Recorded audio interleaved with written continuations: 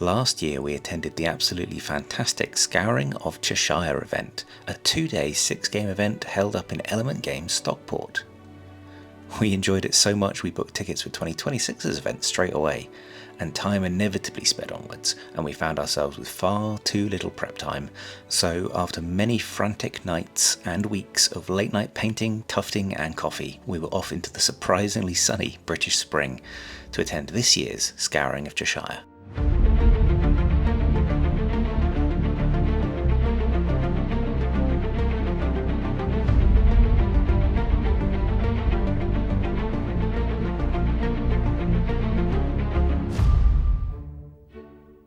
Other than some classic British motorway delays, the journey went pretty smoothly. We wound our way up into the frankly irritatingly picturesque Peak District in the north of the country, and found our way to the equally idyllic Marple Bridge where we were staying. We wasted no time in settling in and getting in the essentials ahead of the gaming the next day, with evening refreshments and a drink or three.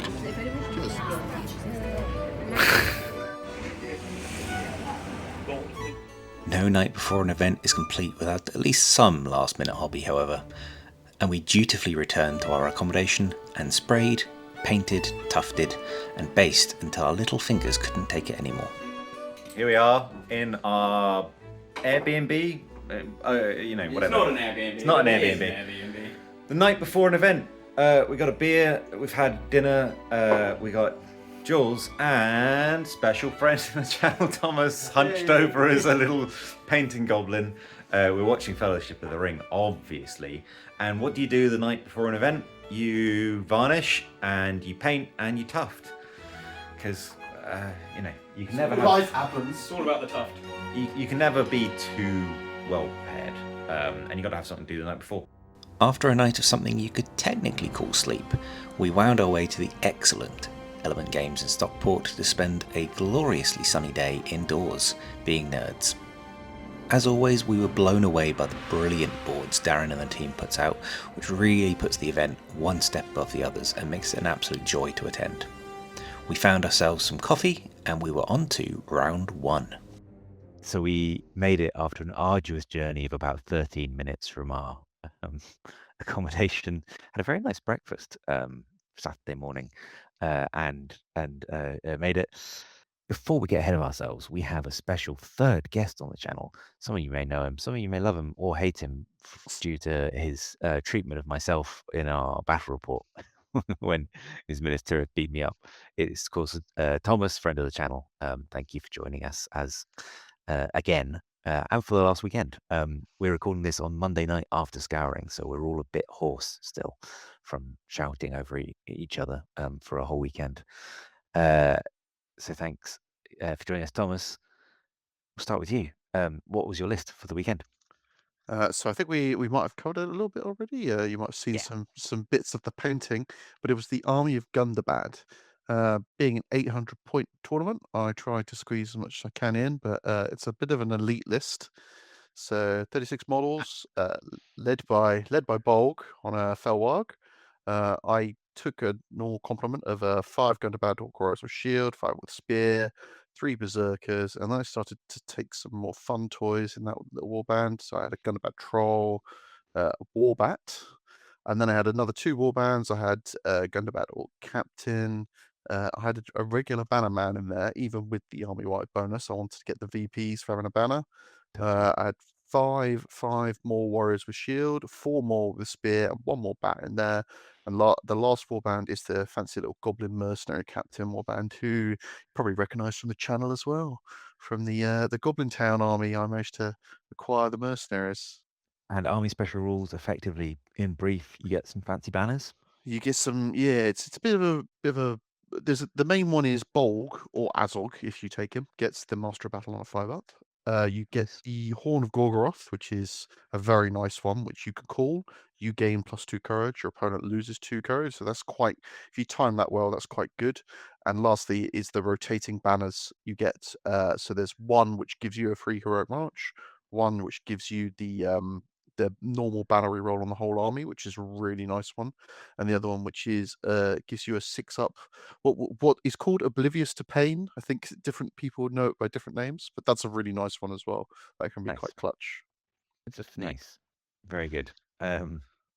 Jules, we'll go to you. What was your list? This year, I thought I wouldn't go as extreme as Boris last year with the 3 trolls, but how about an army, or at least a unit that everybody says is terrible, which is the Ranger of the North? And what list might possibly be good with Rangers of the North? It is the Grey Company. So at least you have the 3 hunters and you have Halbrad with a special banner. So I had a humongous 14 models, with quite a lot of fate, I guess, but still only 14 models. It was the 3 hunters, Aragorn, Legolas, Gimli, Halbrad with a special banner, and 10 Rangers of the North with armor and spear. Amazing. Everyone had all the upgrades they could, apart from Aragorn, who didn't take a bow, but had elven cloaks, had armor on Legolas. That's about it. It was a very simple army, quite hard to play. And in terms of special rules, basically Aragorn gets Anduril for free, which is quite a big deal. Yeah, I mean, like, I'm not even really sure I'd class that as a special rule. There's one thing that's quite advantageous is that it says you may deploy them as one warband, but you don't have to. So in normal deployments, you could do quite a lot of just like, I would put down 1 ranger, and then my opponent had to deploy a warband, and I'd be like, cool, I'll put down 1 ranger. Like, it was kind of harsh. And then the single Maelstrom of Battle scenario, they just came in 1 giant blob, which is good. Nice. Yeah, really strong.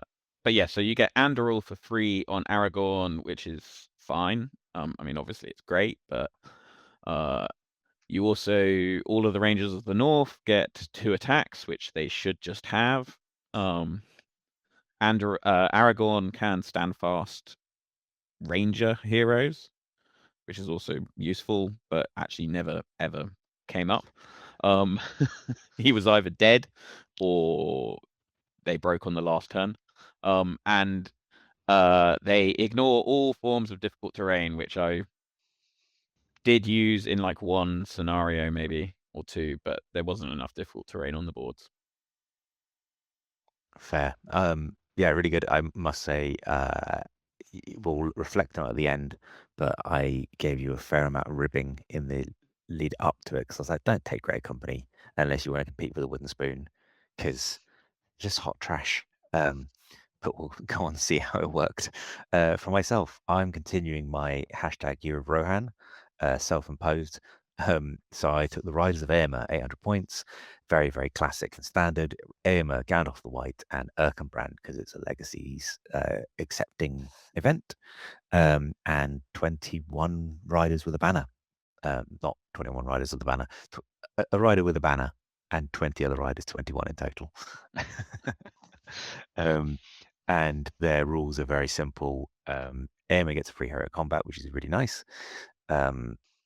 A +1 strength on the charge, and then a special Look to the Sun, where it's the bit coming down at Helm's Deep when they relieve the siege, and you cause a -1 to the dual roll to your opponents if you've charged that turn, to the person engaged and any spear supports.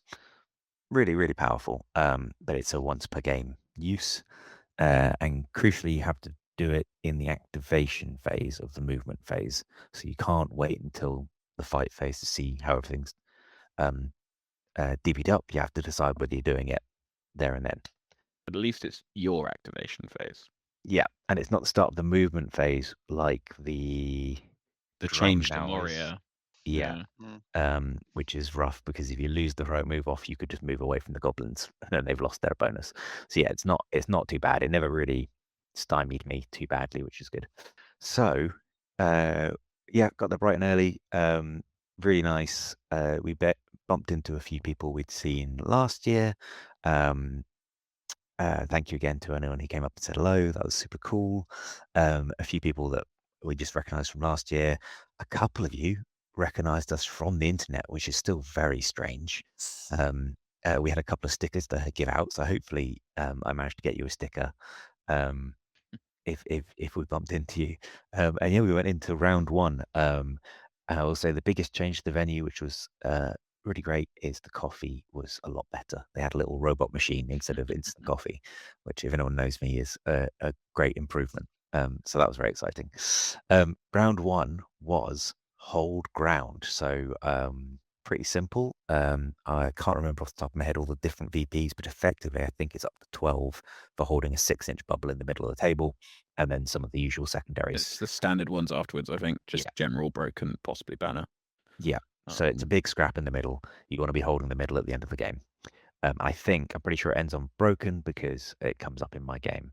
So let's loop back round. Thomas, how did your round one go? Who were you playing? So I was playing against Matthew with an absolutely beautifully painted Lothlorien list. It was a very difficult game for me. Obviously, it's Maelstrom of Battle, which really, really worked against me. I think there was a little bit of bad calls on my deployment. He had some good rolls, so he got in exactly where he wanted to. He got his far edge and one of the side edges. The board was quite a tiered one. It's like with a ball at the back corner. And unfortunately, I ended up behind the wall after a very poor first roll. And then I sort of had to keep my army together because I didn't want to split them up too badly. Problem with my army is there's lots of big bases. I've got the troll, I've got the bats, and I've got Bolg, and that means I did not have very much space to maneuver. His list was Celeborn leading a lot of Galadriel warriors, which were upgraded into Lorien Guard. He then had Haldir with their bow, heavy armor, some Sentinels who obviously are quite nice, a couple of Galadrim Knights, which is always good to see. You don't necessarily always see them. And lastly, he had Orphan, who is the captain, and he had some Guard of the Galadrim Court with their tasty weapon skill 6. It was a bit of it was a real uphill battle for me. I think it's just a lot of bad calls on my part meant that it did not really work well. I sent Bolg in very early. He died very quickly, which was a shame. I thought I was going to bait him out, and he wouldn't be able to get as many models into him as he did. He managed to get 3 elves into the front of Bolg with 3 supports. And poor Bolg, who should have really won that fight, Haldir struck into him. Master of Battle went off, so both heroics struck. Bolg rolled a 1, so he only went up to fight 8. And Haldir, the legend, rolled a 3, so he went up to fight 9. And he just easily crushed me at that stage. No, didn't even get a chance to use the might, really. Yeah, bit of a rough start, and then after that, it was just flanking above the knights, not really able to get onto the middle. Those Guard of Galadrim Court just were easily winning. The bats got trapped and killed. Yeah, just very rough. There was a really nice moment where the bats managed to pluck up Orphan, make him prone, and I got a few hits on Orphan. That was nice, but not enough to kill him. And yeah, Nice. just not really my game in the slightest. Interesting. I think a good example of perhaps how Maelstrom games can just be won or lost, like literally in that first, by the end of the first deployment, the first movement phase when everyone comes in. That's not like a particularly in-depth tactical take. I think that a lot of people know that, but it's a good example maybe. I think at this point it might be worth bringing up Julian's a bit of a trendsetter because you were one of 2 Lothlorien players last year. I've just looked it up. There were 3 last year. Okay. Um, So yeah, one of 3. And I don't know if they were that popular. Again, we're not really the best because we go to one world events, but we haven't been to the 2-day ones for a little while. We go to the 1-day ones, and we haven't been to many other big events. Scouring is sort of our Don't do annual much sort of big 2-day. GBHL. Yeah, we haven't been to many GBHL, etc. Yeah. So I don't know, I haven't got a finger on the pulse of what's popular lists, but this year there were 9. Or there were 9 Lothlorien lists, which I guess kind of segues nicely into my matchup, which was Yes. also Lothlorien. In fact, I fought 2 Lothlorien lists this weekend, which is probably Well, punishment. in fact, we all fought a Lothlorien list, and Yeah. unlike as we were talking on the way back, last year you both fought an Isengard with Saruman and Grima, Yeah. varying lists. Yeah. I didn't. I escaped luckily, but so you fought 2 each. this year we each fought Lothlorien, and none of us fought an Isengard list. No, but also interestingly was that the number one slot of the event was Lothlorien, and Yep. the last slot was also Lothlorien. It was a lot Yeah. of Lothlorien this weekend for everyone. But literally I think there were 70 something people left by the end of day 2 with drops. In a 70 plus player event, the first and last place in the event were both Lothlorien. So that's really interesting. I can't remember, but their lists were not drastically different. So that shows how much like player skill, but obviously also armies you're matched against can just really affect I mean, your ranking. the Lothlorien list still kind of basically writes itself. The main variants that I saw was because Thomas's list, I think they didn't have Galadriel, Yeah, which is a just big Celeborn. change to the one you had, which was that you did well, take it and the mirror. You didn't have any choice last year because it was And no Lexus. armies. Yep. Whereas Yes, this year there's a few more heroes. It's a good thing to note. As we compare to last year, the armies, Middle Earth, and Legacies hadn't come out, so now we've had almost a whole year of that being in effect. So yeah. Anyway, so Jules, you played Lothlorien as well. Yeah. Sort of a similar story. Maelstrom would in theory be good for me. My whole warband came on in one section. Unfortunately, my opponent managed to get Galadriel and Celeborn right next to each other, moving on, and then rolled a 2 for Haldir, which meant that I got to put him on the board. And then I was fortunate enough to actually just turn up right next to Haldir. But because, I know how tanky Lothlorien is, I basically had no choice but to just immediately try to engage Haldir, which meant sacrificing my opportunity to move to the center. And unfortunately, even Haldir with a few pajamas and some, I'm not even sure if he actually had any armored Galadrim in the warband. It took me a surprising amount of time to actually kill him. It was almost 4 turns, I think. I killed Haldir by the 3rd turn, but on the 4th turn there was still 1 elf left.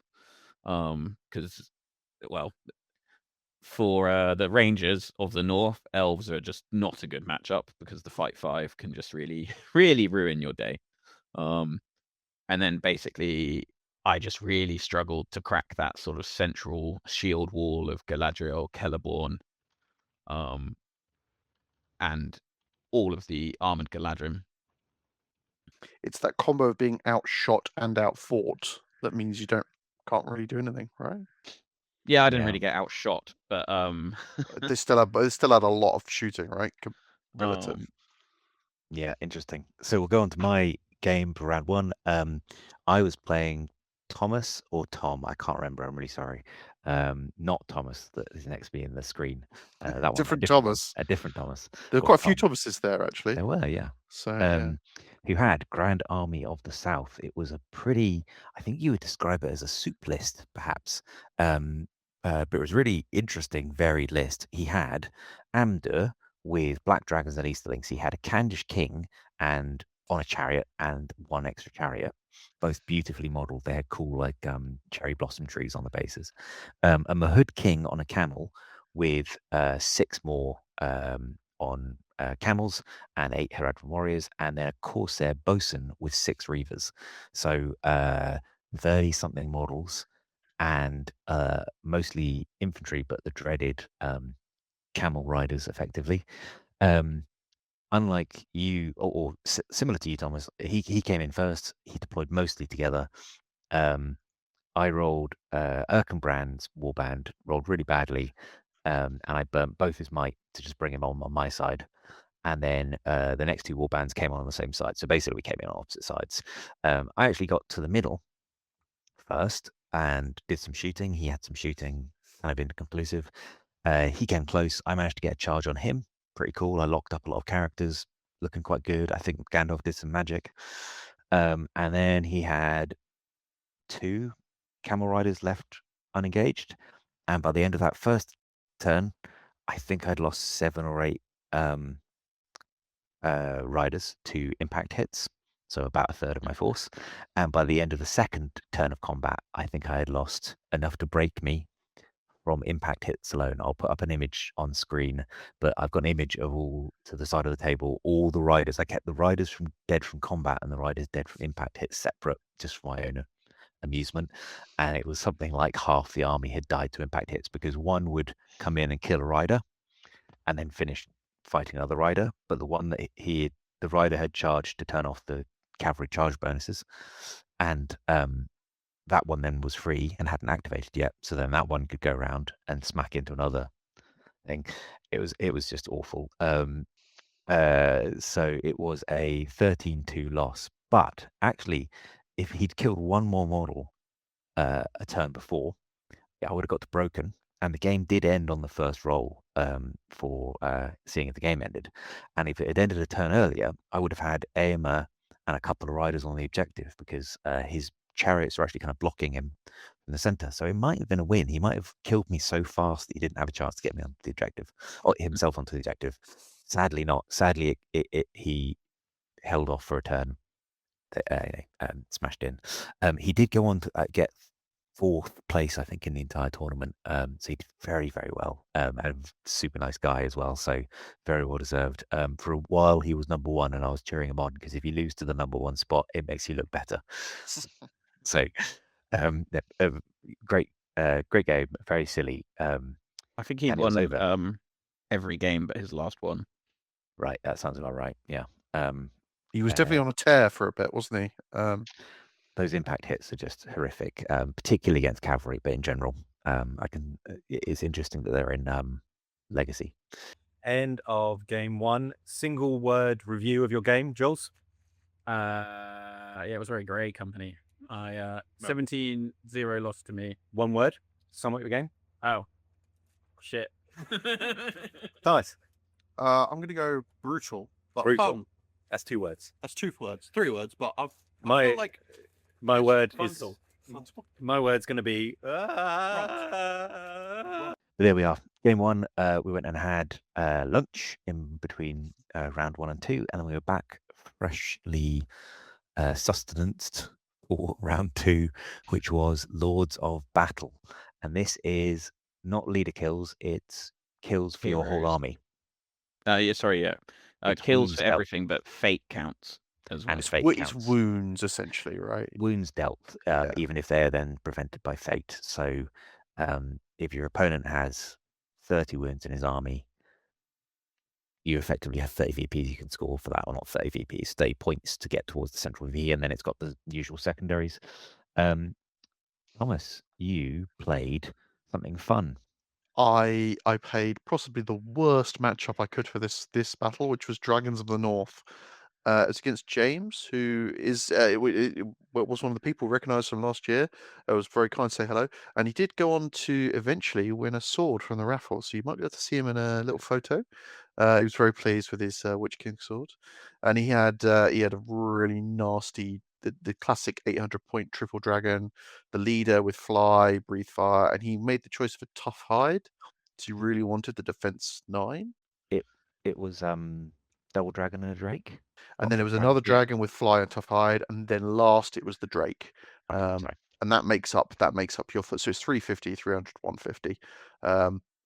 Just a very, very nasty list to try and face. And I did, for a little while, I was doing okay. I'd managed to get into him.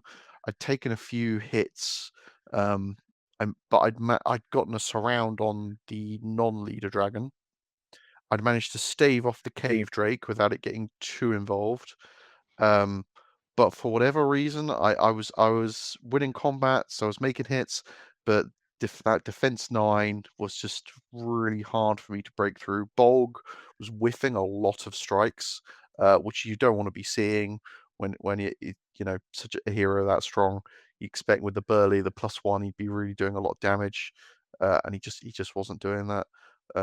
I eventually did manage to knock quite a few wounds off the dragons, and he burned all of his fate, all of his might, and all of his will trying to survive the courage rolls, because obviously they can run off if they fail their courage tests. For sure. but we called her she because she was painted to represent the dragon from Return to Moria, which is very exciting, and he was obviously very pleased with that. But she managed to weather all those hits, survive, and then eventually she's escaped with a heroic move, I think it was. Oh no, you won priority. I'd had no more might. Bolgwood died to the cave drake a few turns before, and then she'd flown off. I didn't have the surround anymore. Couldn't kill her, and then after that, it was just Bolg had died in a random fight. The troll had managed to lose and die as well to a double dragon charge. Goblins can't really hurt the dragons, so the goblins were no help. The orc captain got munched by the cave drake. Just all those wounds added up, and I had no chance in the end. It was a real shame, but it was a fun game. He was very very apologetic over it, so that was nice. Lovely chap is James. I suppose with that matchup, because that list, his list has like 12 points or 18 points that he can give away or something like that.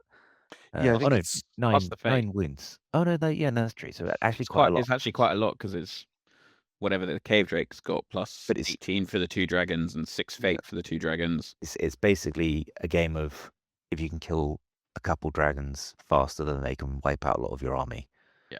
Yeah. And yeah, it sounds like a bit of a tough one. I mean, it's always a tough one to come up against dragons or any kind of monster. Like Fangorn Ents would have been just as bad, I think, if not worse, because they've only got 3 wounds apiece to try and chip off them. Yeah, But interesting.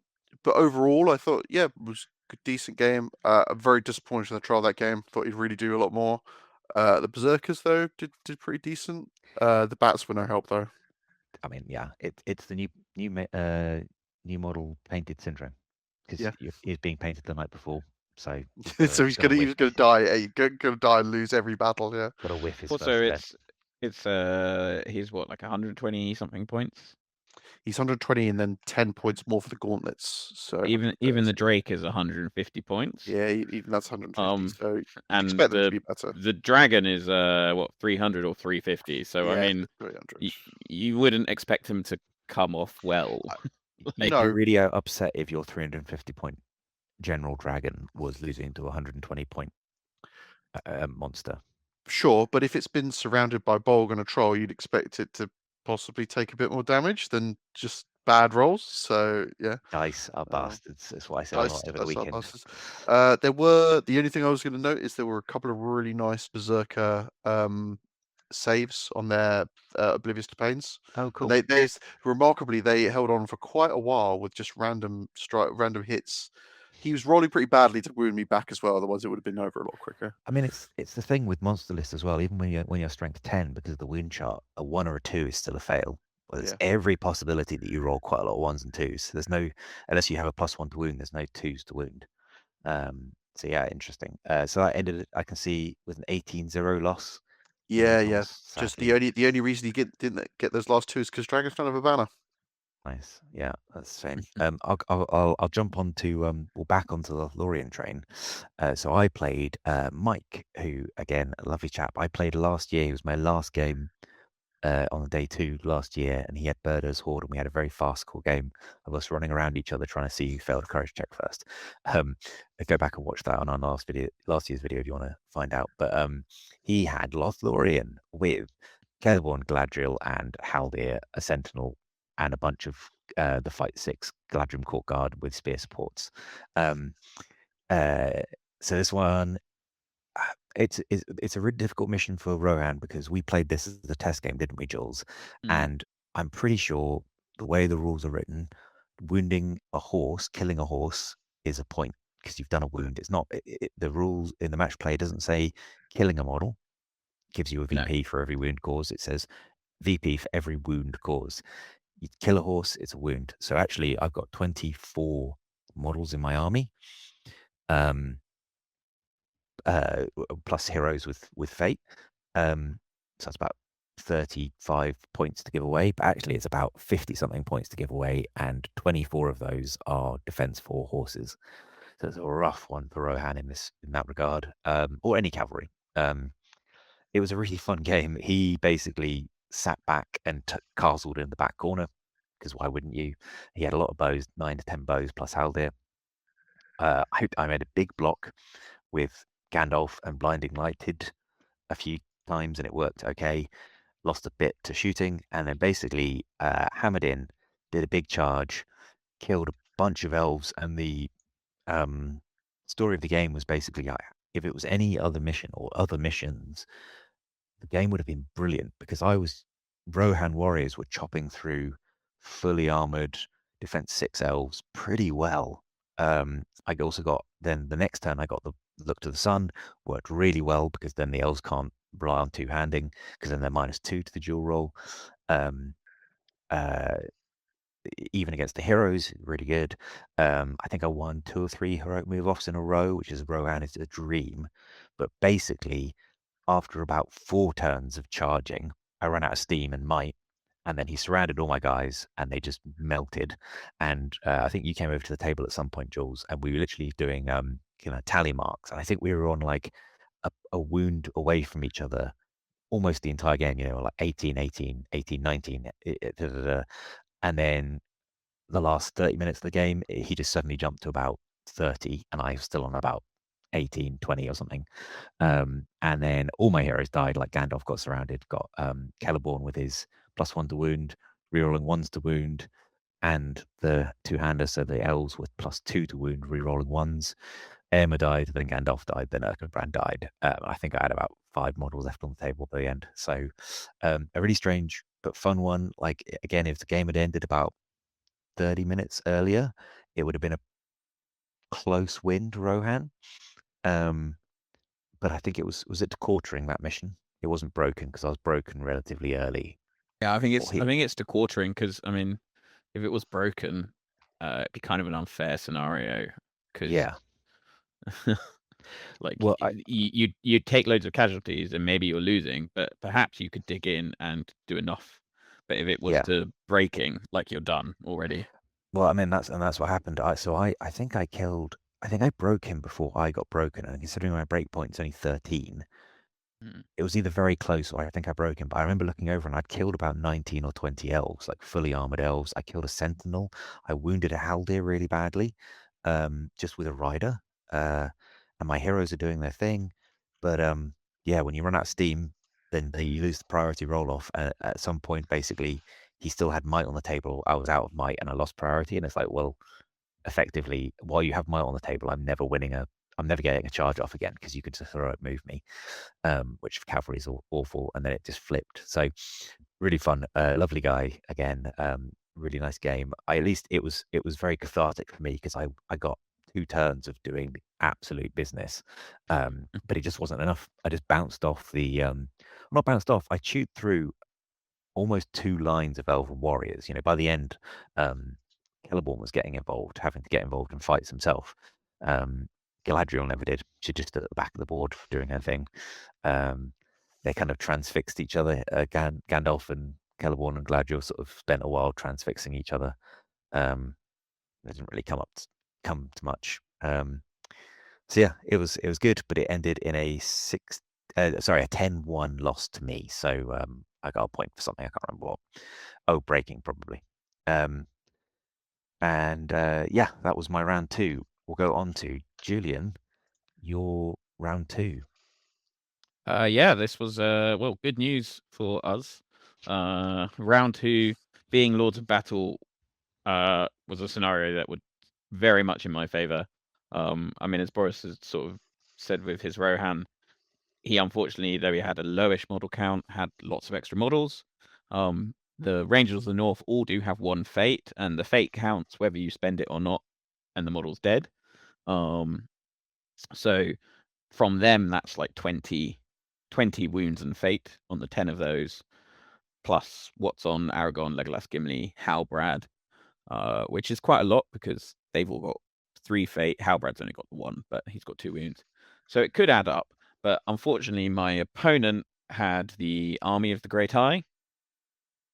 An interesting list. I believe Thomas actually came up against him as well. But he had Razgush, the legacy orc commander, he had one of the legacy named ring wraiths, the Dark Marshal, and Shagrat. No, Shagrat, yes, sorry, and a Taskmaster. And basically, I just did really well at sort of inflicting wounds. I managed to kill a troll with shooting, including Gimli doing the last wound with a throwing axe, which was pretty sweet. And yeah, it just became really hard for him to chase it, and I actually ended up tabling him, which I was quite sort of surprised when it came to that. But once Aragorn sort of got in there, he just started doing work. Was it the tabling due to courage checks and running, or was it just like did you genuinely hack No, your way through? a few ran, but most of it was kills. Wow. The Rangers did surprisingly well, and because I think he had like 45 models, but a lot of it was orcs. Like he had cheap orcs, and they're not the greatest. Yeah, for sure. Interesting. So a was gonna say 16-2 win to Julian there. Our first win in 6 games between the three of us. Hurrah! I was gonna say we'll Very well talk done. more about the weak orcs later when I face him. Yeah. Yes, you played the same guy, didn't you? Yeah, not till day which is 2 cool. though. We'll crack on with Yeah. game 3. Yeah. So game 3, destroy the supplies. So 3 objective markers on your opponent's deployment line, 12-inch deployment in. If you finish in contact and haven't done any fighting or shooting or magic by the end of the same as destroying a siege engine, you remove the marker and it's destroyed. You get points for being near it at the end of the game, but not having destroyed it.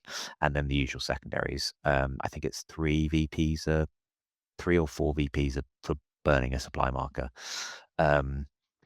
It was yeah, and then the usual secondaries.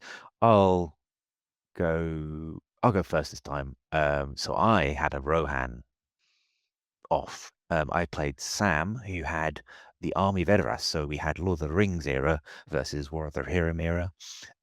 He had quite a cool, interesting lists. He had quite hero heavy, but I suppose all of them are quite low points comparatively, especially compared to Gandalf. He had the 2 brothers, Halath and Hammer. Axeman and Bowman is how I think of them. Hera, Raelaf, so obviously that's a synergy, and then Leaf with his orders.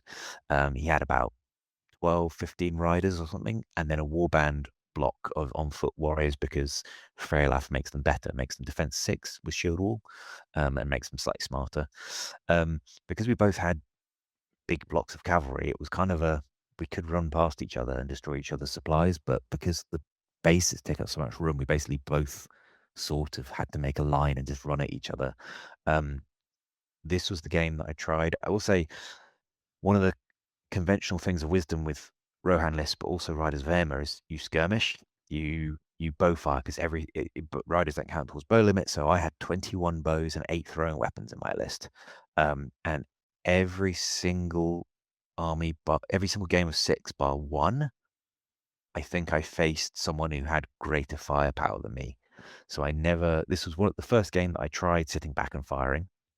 Gandalf with Blinding Light gives you some protection, but Leaf, one of his orders is like everyone within 3 rerolls misses, and then something about wounds, or you don't suffer the -1 for half move. Pretty powerful, pretty scary. He dehorsed a few people, but it was pretty inclusive shooting both sides. It's Leaf is both. His order is you do not suffer the -1 and you reroll failed to hit rolls. Yeah, that was pretty scary. He had about equal amount of bows coming back at me just due to positioning. I sent Aim around the corner on a flank with his little warband, and he smashed into the guys on foot. Obviously did a really good job, but came up against Hammer, the one with the axe who's fight 6, and he's a bit scarier. Haleth. He headed off towards Aima, so they sort of faced off against each other. And then basically our 2 cavalry lines clashed. His army has a once per game ability where I think you reroll all wounds. Yeah, I think you need to be within 12 of the general and have charged, but yeah, you reroll failed wounds. Yeah, but the 12 of the general he's in the middle, so it's a 24. Yeah, and 12 is big range. And then basically he charged me that turn. I kind of saw that the writing was on the wall in terms of a lot could have died that turn, so I'd called Look to the Sun, but been charged. So actually, the Look to the Sun bonus didn't go off in a lot of combats. Emma did his thing, but the writing was kind of on the wall. He had like Freyleth, Hera, and Haleth into my regular riders. Erkenbrand and Gandalf sort of just got blocked in. Emma did a really good job. I did get one objective, but then Hera came around and got two. And by the end of the game, I think I had like 3 models left to his. I don't think he was even broken, and he got 2 of my objective markers before the game ended. So it ended in a 15-6 loss. So the War of the Rohirrim won out over the Lord of the Rings. So 3 losses for me on day one. But I think the first 2, conceivably, I could have won, depending on when games ended or how things worked. A bit of dice luck here and there. This game, I think, as soon as his rule paid off, I don't think there was much I could have done. I was sort of outnumbered and outshot, and his heroes were still. Éomer and Gandalf are better than most of the heroes in his list, but not by enough. And it took one of them a lot longer to try and deal with one of them. Yeah, so it was over pretty quick. I had a bit of a break at the end of the first day. Thomas, back to you. You faced Army of Gothmog. So we had a couple of jokes over this. It's a battle of the Masters of Battle. Both Gothmog and Bolg get Master of Battle, which is nice. Gothmog's goes off a bit easier. His list was actually really, really fun. So he didn't take Gothmog on his Warg or put a load into it, but what he did do is he snuck a catapult into it. And that was probably the most interesting thing I'd seen all weekend. I won't say it was effective, but it was interesting. I love that. That's It great. was really cool. The most scary thing is it had severed heads, and we're going to come back to this in a second. But the overall, it's Gothmog. He had a lot of Morannons with it. Obviously, he stuck a Mordor troll on it, but he didn't put drums on it, which I thought was an interesting choice. He had Gothmog's Enforcer, as you do, and Gertz for Master of Reserves. And then, yeah, it was just a pretty basic army of just dudes with heroes and this catapult. Started off pretty straightforward. We deploy both along our little supplies that we want to protect. I kept my goblins in reserve, as you do. I think that was the scariest thing. It was quite a nice map with a lot of terrain that I could jump them out of. And I was kind enough to warn him about that. But the first turn, the catapult fired on a little block of Gundabad orcs who had like marched forwards with heroic march, and the captain. It was the one with the banner, which was banner points going.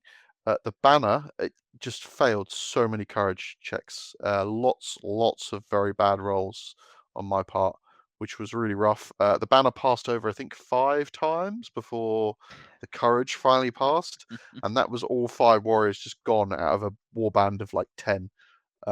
Really rough start, which immediately meant that my right flank was really weak. I wonder what thematically, what severed heads were they throwing at Gundabad orcs to make them scared? Because if they were like human heads, they'd be like, "Oh, great, lunch." Oh, a bit of it, yeah, a bit of extra food, a snack on the road. What heads were they throwing at them? Like heads of lettuce. They're like, vegetables. Heads of cabbage. Sorry, Garlic. Orcs, garlic. They're not vampires, but you know. Yeah, but they just might not like it. Who knows what they were throwing heads of? But it was obviously something that orcs do not like, which must have made loading it really hard. But he had the troll rearming that catapult, and that makes it really difficult to avoid because he's just re-rolling the 2 hits, and he did need that quite a lot. He did roll a lot of them and re-rolled them into a hit, so it worked well for him. I ended up trying to power Bolg up the side to take out that catapult as soon as I could. I was like, that can't be allowed to live. And I snuck the troll up behind him and a little berserker just to catch any rogue shots from the catapult. And he did switch to regular ammo a few times, and he nearly got Bolg, but he very luckily didn't. It managed to go on to the berserker, who survived and oblivious again, which is great. Bolg then got charged by a little band of orcs who was sitting on the objective on that flank. Bolg absolutely tore through them. This was the game that Bolg really went for it. Got a lot of heroic combats off. The troll came in to support him. The troll eventually went into the catapult and finally stopped the catapult. And Bolg got through enough kills to get Mighty Hero at the end of the game. Hey. And lastly, the Berserker came up right behind him and took the supplies objective on that flank, which was great. So I did have a really good push on the left, but obviously that damage on the right flank started to work against me. Gothmog marched up there. I did ambush the goblins in, and I was a bit greedy with the bats, and it gave Gothmog a chance to charge into one of the bats in heroic combat, and he cleaned up those goblins and the bats in that corner really well. I think if I was more cagey with the bats and I'd moved them further away just to be really annoying on those objectives, I might have gotten away with it.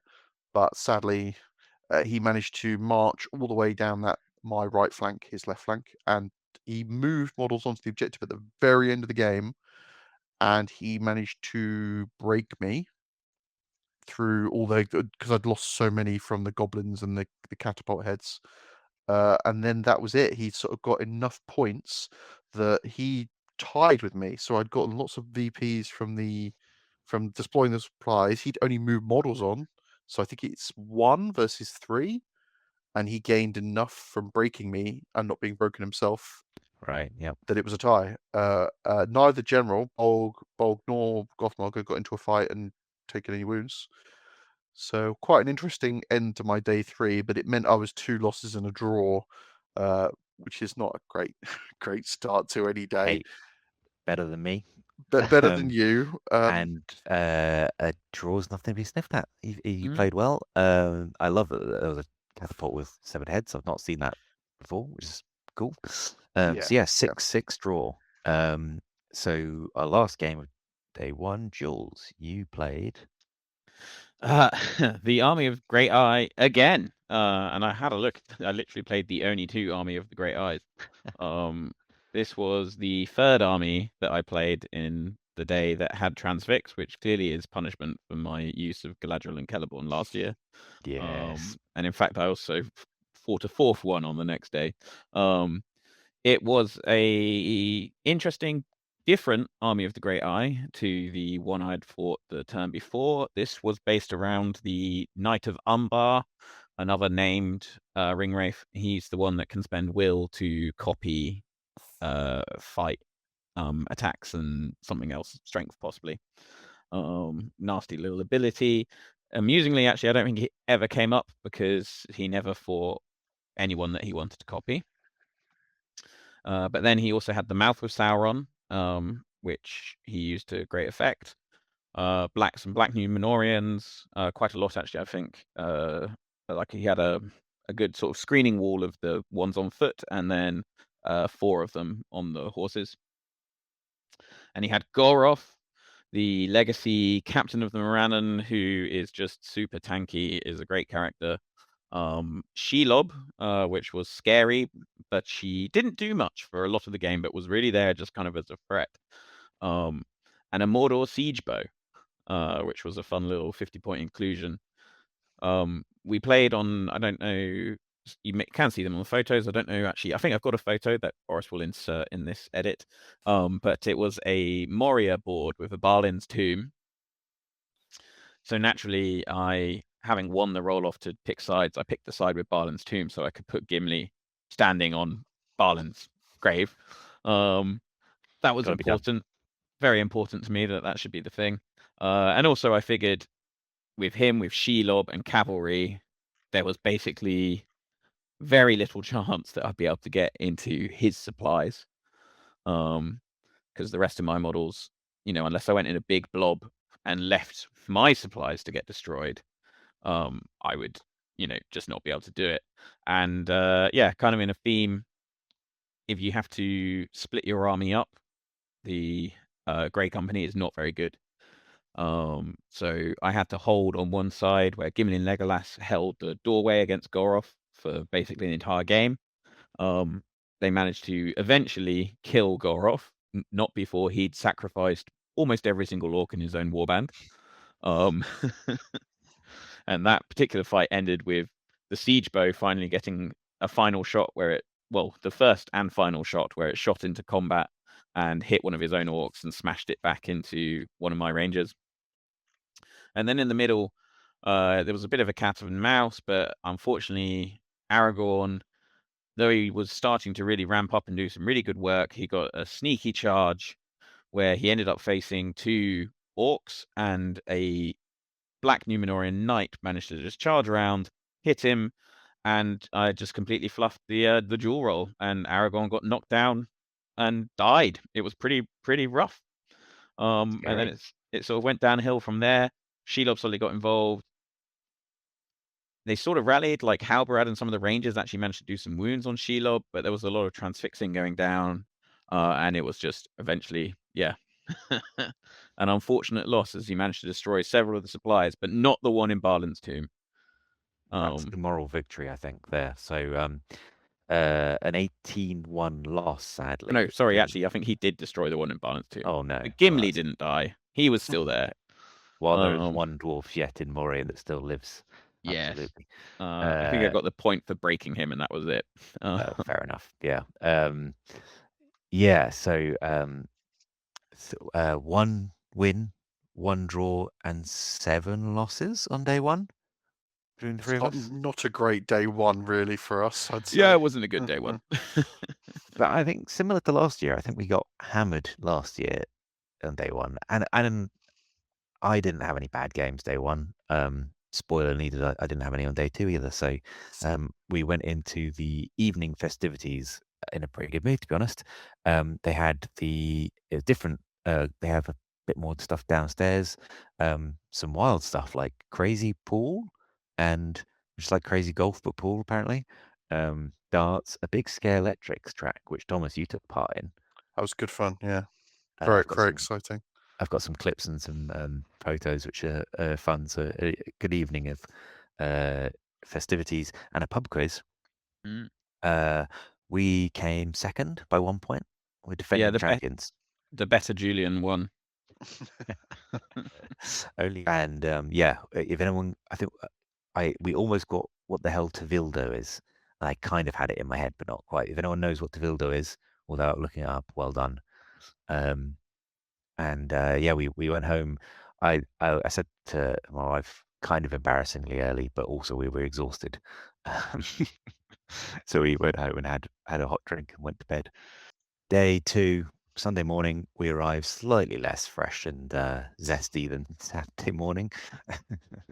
2 nights of sofa bed sleeping and all of that. But raring to go. Sunday morning, game 4 was breakthrough. So this is 4 objectives, 1 in your deployment zone, 2 on the center line, 1 in your opponent. The 1 in your opponent's deployment zone is worth a lot more to you. The 2 in the middle are worth medium amount. The 1 in your deployment zone is worth very little. And then all the usual secondaries. So the fourth game, again, the sort of mission where it was a bit tricksy. I came up against elves once more. This was a Lothlorien list. In fact, the same Michael that Boris played on his first game. Second game, yes. Yeah. Sorry, second game. So quite a classic Lothlorien list, basically.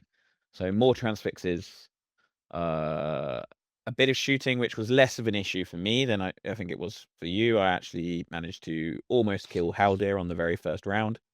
I killed the Sentinel before he got to do any Sentinel shenanigans, and I was sort of getting a few shots in, but Galadriel just kept calling the blinding light. It kept making it really difficult to actually get hits. So I ended up suiciding Gimli into the Elven line to just buy me some time to get in there. Unfortunately, I thought he would last a little bit longer than a single turn. He did not. He got surrounded and really surrounded and beaten down. I was just hoping he would hold. But it was close. It was a very sort of tight game. In this one, actually, the Rangers acquitted themselves really well against the Elves. just Surprising. for whatever reason, he kept rolling just a little too low. I kept rolling sort of quite high, so I actually managed to get quite a few kills. And Aragorn kind of got in there, and with Legolas behind him and a couple of rangers, he started basically kind of moving like a wedge through the elven line straight towards Celeborn and Galadriel. There was still, a huge amount of elves and spears and supports, but I just kept pushing and sort of making sure that he couldn't get trapped in the back. And I almost managed to actually make it to the objective, but unfortunately, I was broken, and it's a scenario that ends on breaking, isn't it? Breakthrough. I think quartering, and I'll come to it later on. But Oh I no, might sorry. be wrong. No. It just took so long. Right. So I think You we ran to time. ended with quite a lot of time to go, and yeah, I was broken but not quartered, and Lothlorien wasn't close, but I did actually break them, I believe. It says here you got 10-4, so you scored 4 VPs or something. Yeah. Oh no, yes, sorry. There was quite a fun backfield game where I'd left. I think originally it was 4 rangers, and by the end of the game it was only 2 rangers. But they acquitted themselves really well, managing to just essentially stall out his forces from getting to my backfield objective. He'd only sent sort of a small force, about six elves and the knight. But I just kept kind of sniping them away and whittling them down to 1 elf and the knight. And then his sort of Hail Mary charge to put 1 other elf onto my back objective versus the single ranger. And the ranger basically managed to win in the combat, and killed the Nice. elf. And I was like, wow, that was real lucky. So it could have been a bigger victory for him. And yeah, I don't think I was going to crack the elven battle line. I just didn't have enough bodies. Similar to my experience with them, it was just, I mean, and yours playing Lothlorien last year, I'm sure, of just like, it's just a lot. Even the pajama elves are still very weak, but they're still 5/5. Yeah. And the armored ones are minimum defense 5 or defense 6 for the shield, and it takes so long to chew through them unless you have insane killing power or some sort of special rule to kill elves. Yeah. Yeah, The best defense is a good fight value. Yeah, basically. Thomas, you played. I played Julian's opponent, Alex, with his Army of the Greater Eye. Julian played round 2. Yeah, round 2, wasn't it? So it's the same thing. It was the Dark Marshal. Dark Marshal, thank you. Razgush, Shagrat, the Taskmaster. This was a really fun game. I really enjoyed this one. I mentioned earlier the cheap orcs. This is where you see why they are not necessarily a good choice. So they're only strength 3, they're only fight 3. Whereas the Gundabad orcs, being basically Uruk-hai, a fight 4, strength 4, much tougher. That defense 6 is just really hard for him to chew through.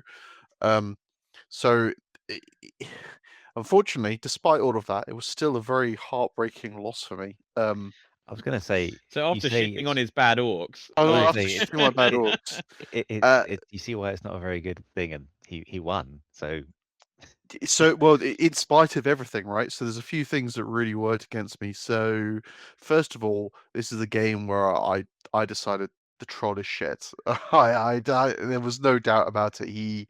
The troll was losing every fight. He ate a transfix at one point, which you obviously can't do anything about because he can't resist. That was really unfortunate.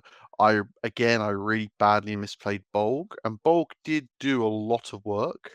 And lasted a really, really long time.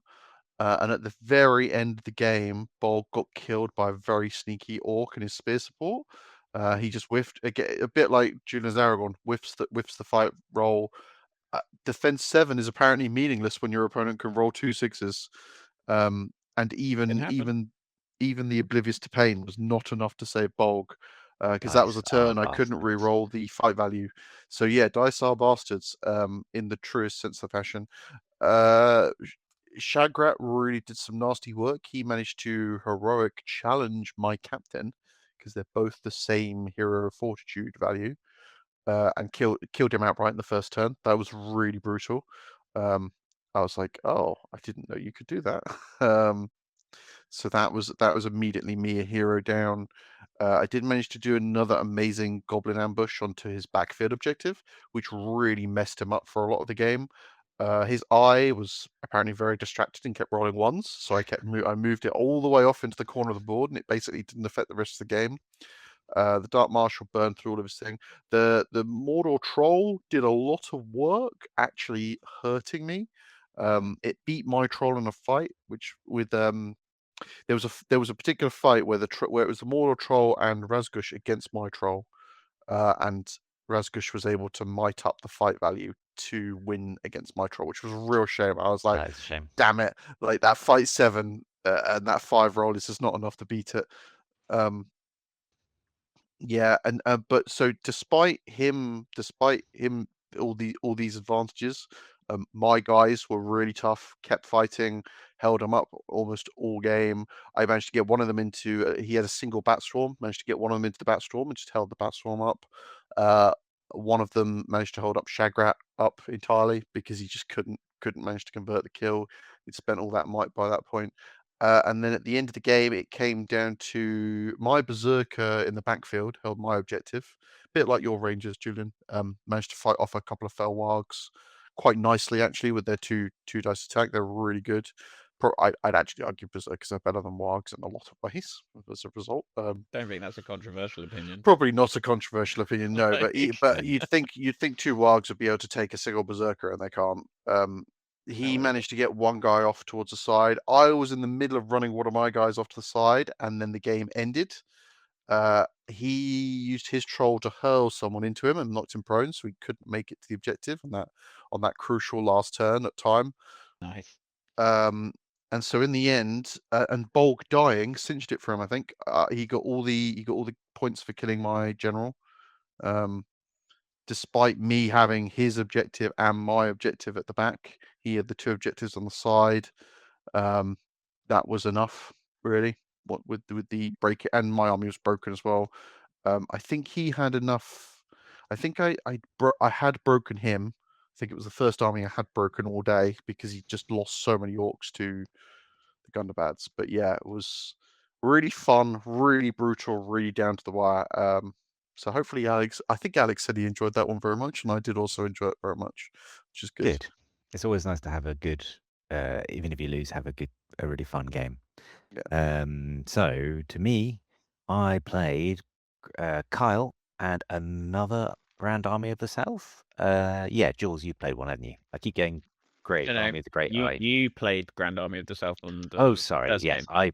so my second Grand Army of the South, but a completely different one. So this one was a Mumak war leader with the Haradrim, Delgamar, the boat chap with a bunch of Corsairs, and Raza with a bunch more Haradrim and a couple of Serpent Guard. Kind of again a mixed list, but the Mumax, the big scary thing, we deployed in like alternating warbands, and basically the Mumak went down last. I was on a cool board, a really nice board that had a big sort of terrain thing in the middle. Gandalf and Aemma's warband were sort of off to one side together. Erkenbrand's warband was on the other side of this big terrain piece. The Mumak deployed directly opposite Erkenbrand. It has the bubble thing where it cancels your heroic move on a 4-up. You don't get the might back because obviously it's to like stop you getting away from it. And after, I think the first turn, Erkenbrand tried to move away from it, but it kind of snookered himself with positioning. And the second turn, he called a move to get away from the Mumak. And I've got a good photo of him, the warband there. He rolled the thing to cancel it. He rolled a 1, and he spent his war leaders, all 3 points of his war leader's might to cancel the move because he had priority. And cancelled it, squished Erkenbrand's entire warband. So Erkenbrand and 7 riders, all upgraded Westfold red shields, all dead, obviously. which is pretty horrible. But it did mean the Mumak was kind of off in the bottom corner, and it shot for a while, but it took 3 or 4 turns for it to turn around and head back towards the middle of the board. And in that time, basically, he had 2 battle lines of his Haradrim and his Corsairs, and I had my 2 warbands of Aemir and Gandalf. And I just did the big charge, TM, #TM big charge. Slammed into his infantry lines. To his credit, he was like, "Oh, I could reverse half move and shoot you and stuff." And after the second turn, he went, "You know what? It's midway through. It's start of day 2. Let's just have fun." Stood his guys there and shot me, and then I charged. And Gandalf tried. I think Gandalf transfixed someone. Raz is obviously fight 5. Gandalf and Aemir are both fight 6. Raz is fight 5, but fight 6 against his chosen target. And I sent Aemir into his warband. Heroic combated. And then I was agonizing over whether or not I should heroic combat into Raza, because if he's his target, there's a chance that it would tide fight, and then blah, blah, blah, blah, blah. And as soon as I charged him in, he went, "Well done, Gandalf's his target." So Raza died in a single turn to Aemir. His warriors got melted pretty hard. The Corsairs did pretty well and like attacked back Gandalf's thing. A few more turns carried on. I was reduced down to like close to breaking, but not too close. And then I basically it turned into a game of I wiped out almost all his infantry on the ground, because that's what riders do against like defense 3 or 4 infantry. And really sad for him. Like the first turn he was broken, Delgamar stood fast, rolled snake eyes, and he was like, "I've got 2 might and a will or something, or 2 will and a might left. Is that enough?" And like looked up, and it was like 1 short, and he just ran. And then a few Corsairs ran, and then the people uh, sort of mopped up. At one point, Gandalf transfixed the Taskmaster, which was amusing. So it doesn't stop the Mumak moving, but then the Mumak has to move straight forwards 8 inches. Not the Taskmaster, the Beastmaster. Beastmaster, thank you. And then so you could sort of scatter around it. I did go towards his backfield objective, but the Mumak sort of closed in on Aemir and people. And at that point, I think I had 6 models left, and we were mistakenly playing it to broken when it is in fact quartered. And after about 3 turns of me rolling courage checks to see if I ran away, and we rolled to see if the game ended, and it didn't, we realized that it was actually the quartering. But actually, the game state hadn't changed enough. Basically, I couldn't get to his backfield because the Mumak was going to squish whoever got there. He couldn't get to my backfield, so it was the side ones. I held the side ones. Oh, I held one of the side ones, sorry. But you get points for killing his second most expensive hero, who isn't the general. And for him, that's Gandalf the White, which is, I don't think he even got touched. And for me, it was, I think Raza and the boat captain are the same points. So he said either of them, and both. But I killed 1 and 1 really sadly ran away. So I think I got the points for the hero. We were both broken or something, blah, blah, blah. But it ended in an 8-4 win to the Riders of Aemir. It was the first game where basically I got to charge. He sort of outshot me, but it wasn't that scary, just although it's poison bows. I think it's some sort of curse. I've played against the Mumak quite a few times, and the people in the Howdah, even though they get like not arcing shots, but they can shoot down and ignore in the ways and all that sort of thing, and they have poison bows, and they don't count as having moved. They never seem to do very much. It seems to be some sort of weird curse.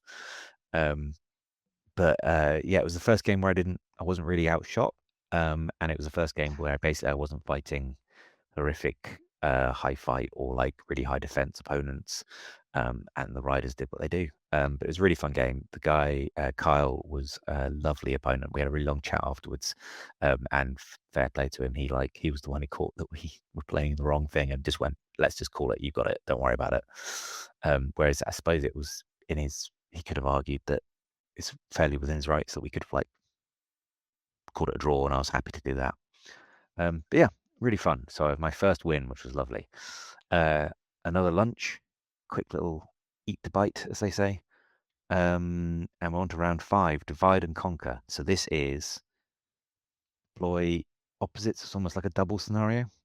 It's corners, avoid right? That's what we corners. said. Sorry, Yeah. opposite corners, and your warbands go alternating, and then your opponents in opposite corners. So you're both split in half directly across from each other, but you're next to each other. Divide and conquer, and there were 3 objectives in the middle of the board. You got points for your general being in the middle. The middle objective was worth more, and the other objectives were worth things. So another one where you sort of stand in the middle or stand on the central line objectives. Thomas, you, very sadly, we were at lunch and it popped up with the pairings. After last year, what happened? For the second year in a row, I ended up with a buy for my fifth for one of my games. So I was really probably have seen it in the vlog. I really wanted to play 6 full games this year. Yeah. Immediately denied on day 2 again in the afternoon. Last year it was my last game. My opponent dropped because he wasn't very well, which is understandable. This year it was just a straight up buy. Luckily, Darren, who was the event coordinator, organizer, whatever you want to call him, he had a little Return of the King list, and so we had a nice little friendly game, chatted a bit about the event, that sort of thing. I did win this. I will say I will say probably neither of us were playing particularly seriously. I think I might have forgotten a few rules. I think we probably weren't playing the scenario the way we should, but that was quite a good one. It was nice to have someone that someone who could sympathize with my situation. So I mean, you say it doesn't really count. I think absolutely, like Return of the King is still a solid list. You played him, you beat him. No one on day 2 was at their full brain power capacity, apart from those weirdos who happened to be able to like function on bad sleep or whatever. Like day 2, I was definitely firing on about half cylinders. So I think you should definitely take it as a win. And you won 12-0, right? Yeah, I think I won 12-0 in the end because I managed to do some really, really good fights. Bolg slaughtered Aragorn in a little surround, managed to get off the Master of Battle, and he managed to get into him, managed to win the duel. And Bolg's and that's the good thing about Bolg, right? He is the killing power when you roll well, and can manage to absolutely blitz him with the surround. 8 attacks at +1 is enough, and and Aragorn's only defense 5 when he's in Return of the King. Yeah, which is, I mean, the Strider, the non-LSR, that's his, as Jules was saying earlier, that's his weakness. If he does fluff the rolls or gets beaten in some way, he can go down real quick, even with 3 wounds through fate. The bats had done a pretty nice charge at Legolas and knocked him prone. So I did get a round of relief from Legolas's shooting, which was good. Legolas had been trying his absolute best to knock Bolg off, and Darren hadn't played very much. He hadn't played at all the whole event, and he'd forgotten that sharpshooter means you can choose up or down, not that you have to roll, which I'd also forgotten because I haven't played it for a while. But never mind. So probably didn't impact the score that much. It's interesting. I can't. I'm not sure, but it ended up with Bolg in the middle, on the middle objective. Did enough for me to cinch it. We were both horribly broken. End of the game, I think the King of the Dead got a really lucky strike on the troll, killed him outright in 1 hit, which is unfortunate. The troll really should have won again, as if the troll needed to continue his justifying his complete uselessness. Just whiffing against the King of the Dead was definitely one of the worst bits. Yeah. Especially could have Rend would have been really nice. But there you go. Yeah, and I'd broken by that point, so there was a lot of runaways. Poor troll. But hey, so I think a 12-0 or a 10-0 win to yourself. So I think it's something to be. It wasn't a buy in my mind. I think you won fair and square. I know it counts as one on the score sheet. That's what it says. That's what it says on Longshanks, right? We have to go by what Longshanks says, sadly. I think you got to win, so you can be pleased with that, and it's better than sitting out. You got a game. Yeah, it felt a lot more legitimate than just sitting out and doing nothing. So yeah, I'll take it for what it is. And they did say at the end, if it happens again, to let them know next year. Hopefully, if the stars align, and they'll make sure I don't have a buy again. That's very nice. Yeah. So that's good. Jules, do you want to go through your game 5? Yeah. I played the same scenario, obviously. Um, it was against Grief of Aomer, which was an interesting matchup. For me, it was ultimately a victory, which was great. It was a bit unfortunate. Essentially, his list was Aomer and Imrahil. Aomer with, intriguingly, he had only the one rider of Rohan, which is not kind of the way I would do it, but he did have 12 warriors on foot with shields and throwing spears, which he basically sort of battle lined with a captain of Minas Tirith who had 12 warriors of Minas Tirith with shields and spears. So there was a sort of a solid tin can line with throwing spear support behind that. And then Imrahil was horsed and lanced. He had 4 knights of the Dol Amroth as well. He had some knights on foot. He had some knights of Minas Tirith in Imrahil's warband as well. So he did have a solid cavalry sort of force, but it was the armored heavy cav, not the sort of Rohan lighter cav. Unfortunately for him, my shooting was pretty good. I managed to unhorse Imrahil by just sort of though I always say heroic accuracy is a terrible heroic most of the time, when you have Aragorn and free might, it's perfectly good. And is worth calling all the time. So basically, with heroic accuracies, I was sort of shooting through like 3 Knights of Dol Amroth to get to Imrahil. So I'm not even sure if the Knights of Minas Tirith managed to get to me, but most of his cavalry was gone by the time the battle line sort of clashed. And then with all of the might, I was still able to basically out heroic him. Very, very unfortunately, Aomer, who must charge, essentially went for a charge, had a pretty decent kind of setup where he was charging into 2 rangers who, although they've got a lot of attacks, are quite squishy, but I had spear supports on them as well. And Aomer just fluffed his rolls. He was ready to, he heroic combated as well. I preemptively struck on Legolas, who was basically right next to the combat, and I knew that was, that was what was going to happen. Aomer was going to slaughter 2 rangers and charge Legolas, and yeah, if he fluffed the rolls, the rangers stabbed his horse, and then I think put a wound on him as well. Imrahil kind of tried to get in to try and stop, but Aragorn and Gimli just came charging over. And yeah, that was it. Where they took down, I think, Aomer, and then they took down Imrahil in pretty short succession. And yeah, it was a brutal sort of victory there. The Rangers did very good work matching against kind of the big, a tough Rohan Minas Tirith spear wall. But even when matching the fight value of the Gondor, I just managed to get some good rolls. And because I had a banner, he had a banner that was on a rider, but he had to kind of go the long way around because he was worried about it getting shot out. And it just, yeah, unfortunately for him, it was a solid victory to me. I think 16, 14, 6. Presumably you had some guys on the central objective, your general? Yes. Oh, yeah. So because Divide and Conquer is 3 objectives, and they're in a line across the middle, essentially what I did is I moved up on the right-hand side where there was the one objective on the right and the center objective.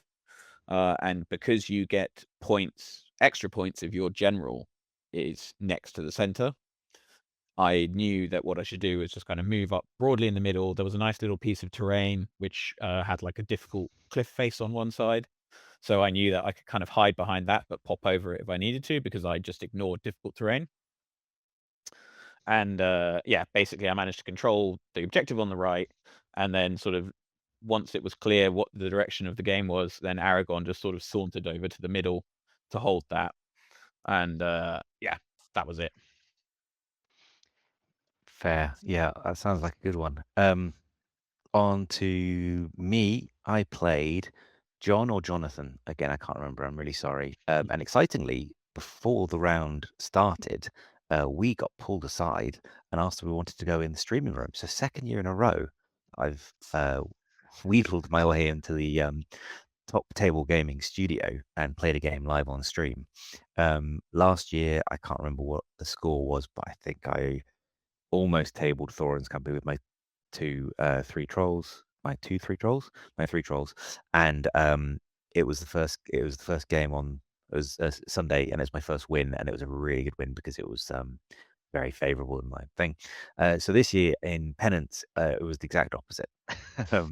I played the Fellowship, so he had not breaking off the plain Fellowship with Build a Pony, beautifully painted, absolutely beautifully painted, and Jonathan was from Talking Shire podcast. Go and have a listen. But he was telling me about their sort of setup and stuff, and it sounds really interesting. Beautifully painted. He had like the old metal, some of the old metal miniatures, and they're like the made to order one with Sam with the carrot and the old Bill. Really great. And again, it was a bit of an odd one. The member of staff, we had a beautiful custom board of Roscabel, Radagast's hut, but 2 of the corner pieces had horrific terrain pieces on. So one person, and if it was going to be me, would have basically not been able to move onto the board, and one person would have. So they very kindly swapped 2 quarters. We ended up doing okay, but I still had Gandalf deployed behind a hut. Basically, ran in. I was a bit scared of Legolas's shooting, so I ran in. He got into charges first, and then I charged him. Had about 2 turns of pretty good combats where I managed to neutralize Aragorn. His Aragorn again fluffed the rolls one turn, got knocked prone and wounded. I think he spent all his fate and took a wound or something like that. So he was prone and wounded. His Legolas shooting didn't do amazing. The 2 Gandalfs sort of had a slap fight and didn't do too much. Emma did his thing. Erkenbrand even got involved, and I had pretty good dice, and I happily accepted that I was evil because I was charging and trying to kill hobbits and a pony. So I was like, I'm the evil player.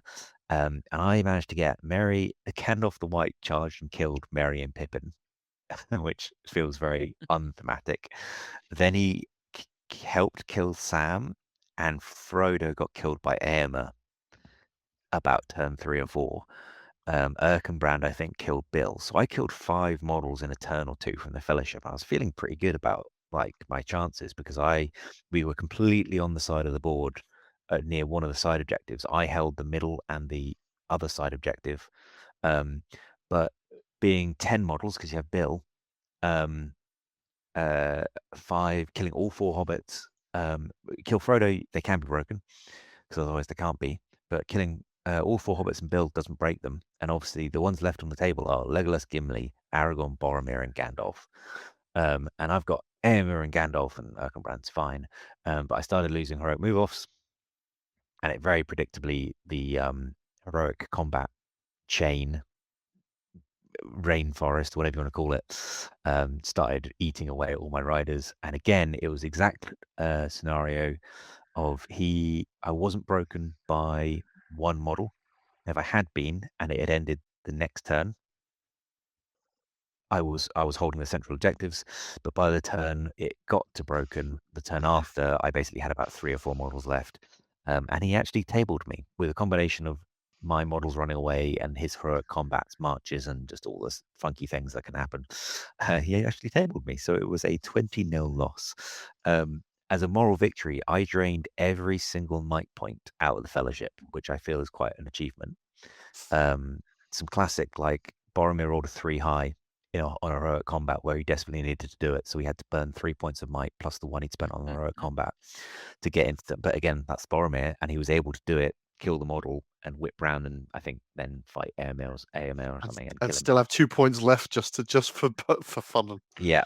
Or he might have spent one already, but it was a lot. But they were able. I think my opponent was saying it's the first time he was out of might or out of resources. The all event.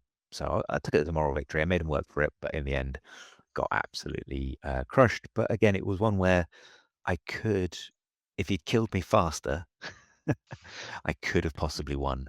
Um, but it was a really nice game. Really lovely being in the studio. One of the nice things, as you might be able to tell from our voices, it was really quiet in the studio because it's soundproofed.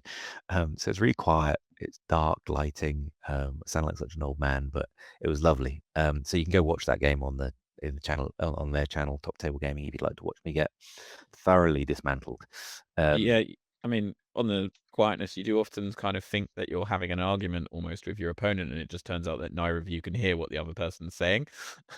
You're agreeing. You're like, no, Yeah, it's you're a, like, it's a 5, and you're the other one saying, no, it's a 5 or something, yeah.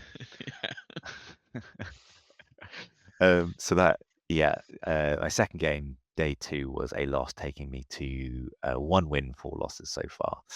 And on to round 6, end of the day, I was feeling it anyway. We'll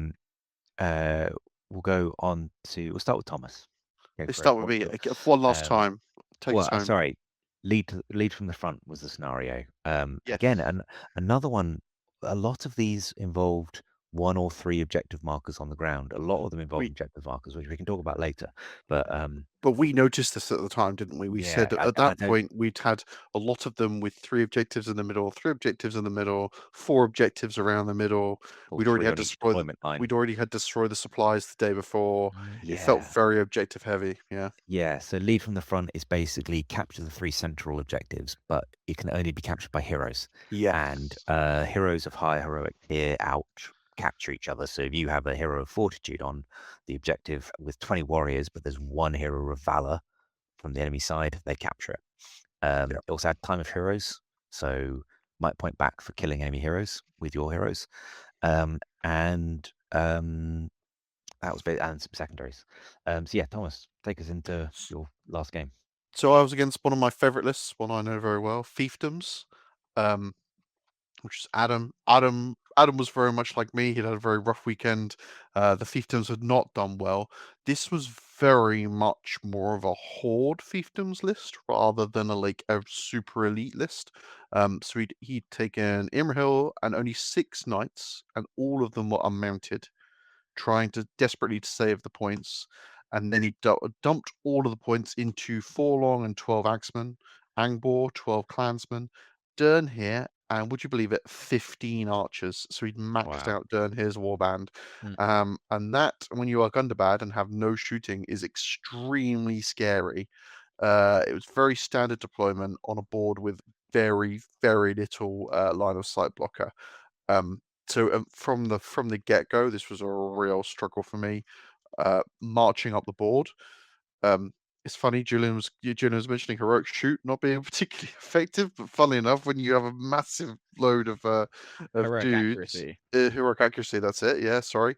When you have a massive block of dudes and you're triggering an ability, and Dern here's got all the bonuses for his archers, because they can re-roll to wounds, which is surprisingly effective. It could have been really bad for me. I got really lucky marching up the board though. Managed to get a really nice battle line up the middle. Managed to set up quite well. I baited him quite nicely into me.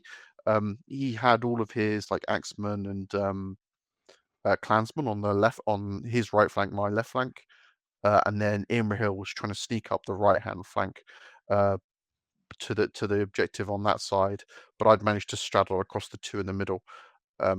It was a good position for me. I did something very odd, which I'd not had a chance to do, and I hadn't realized all weekend, and I called a heroic challenge with Bolg into Forlong. Forlong doesn't have strike, which I knew.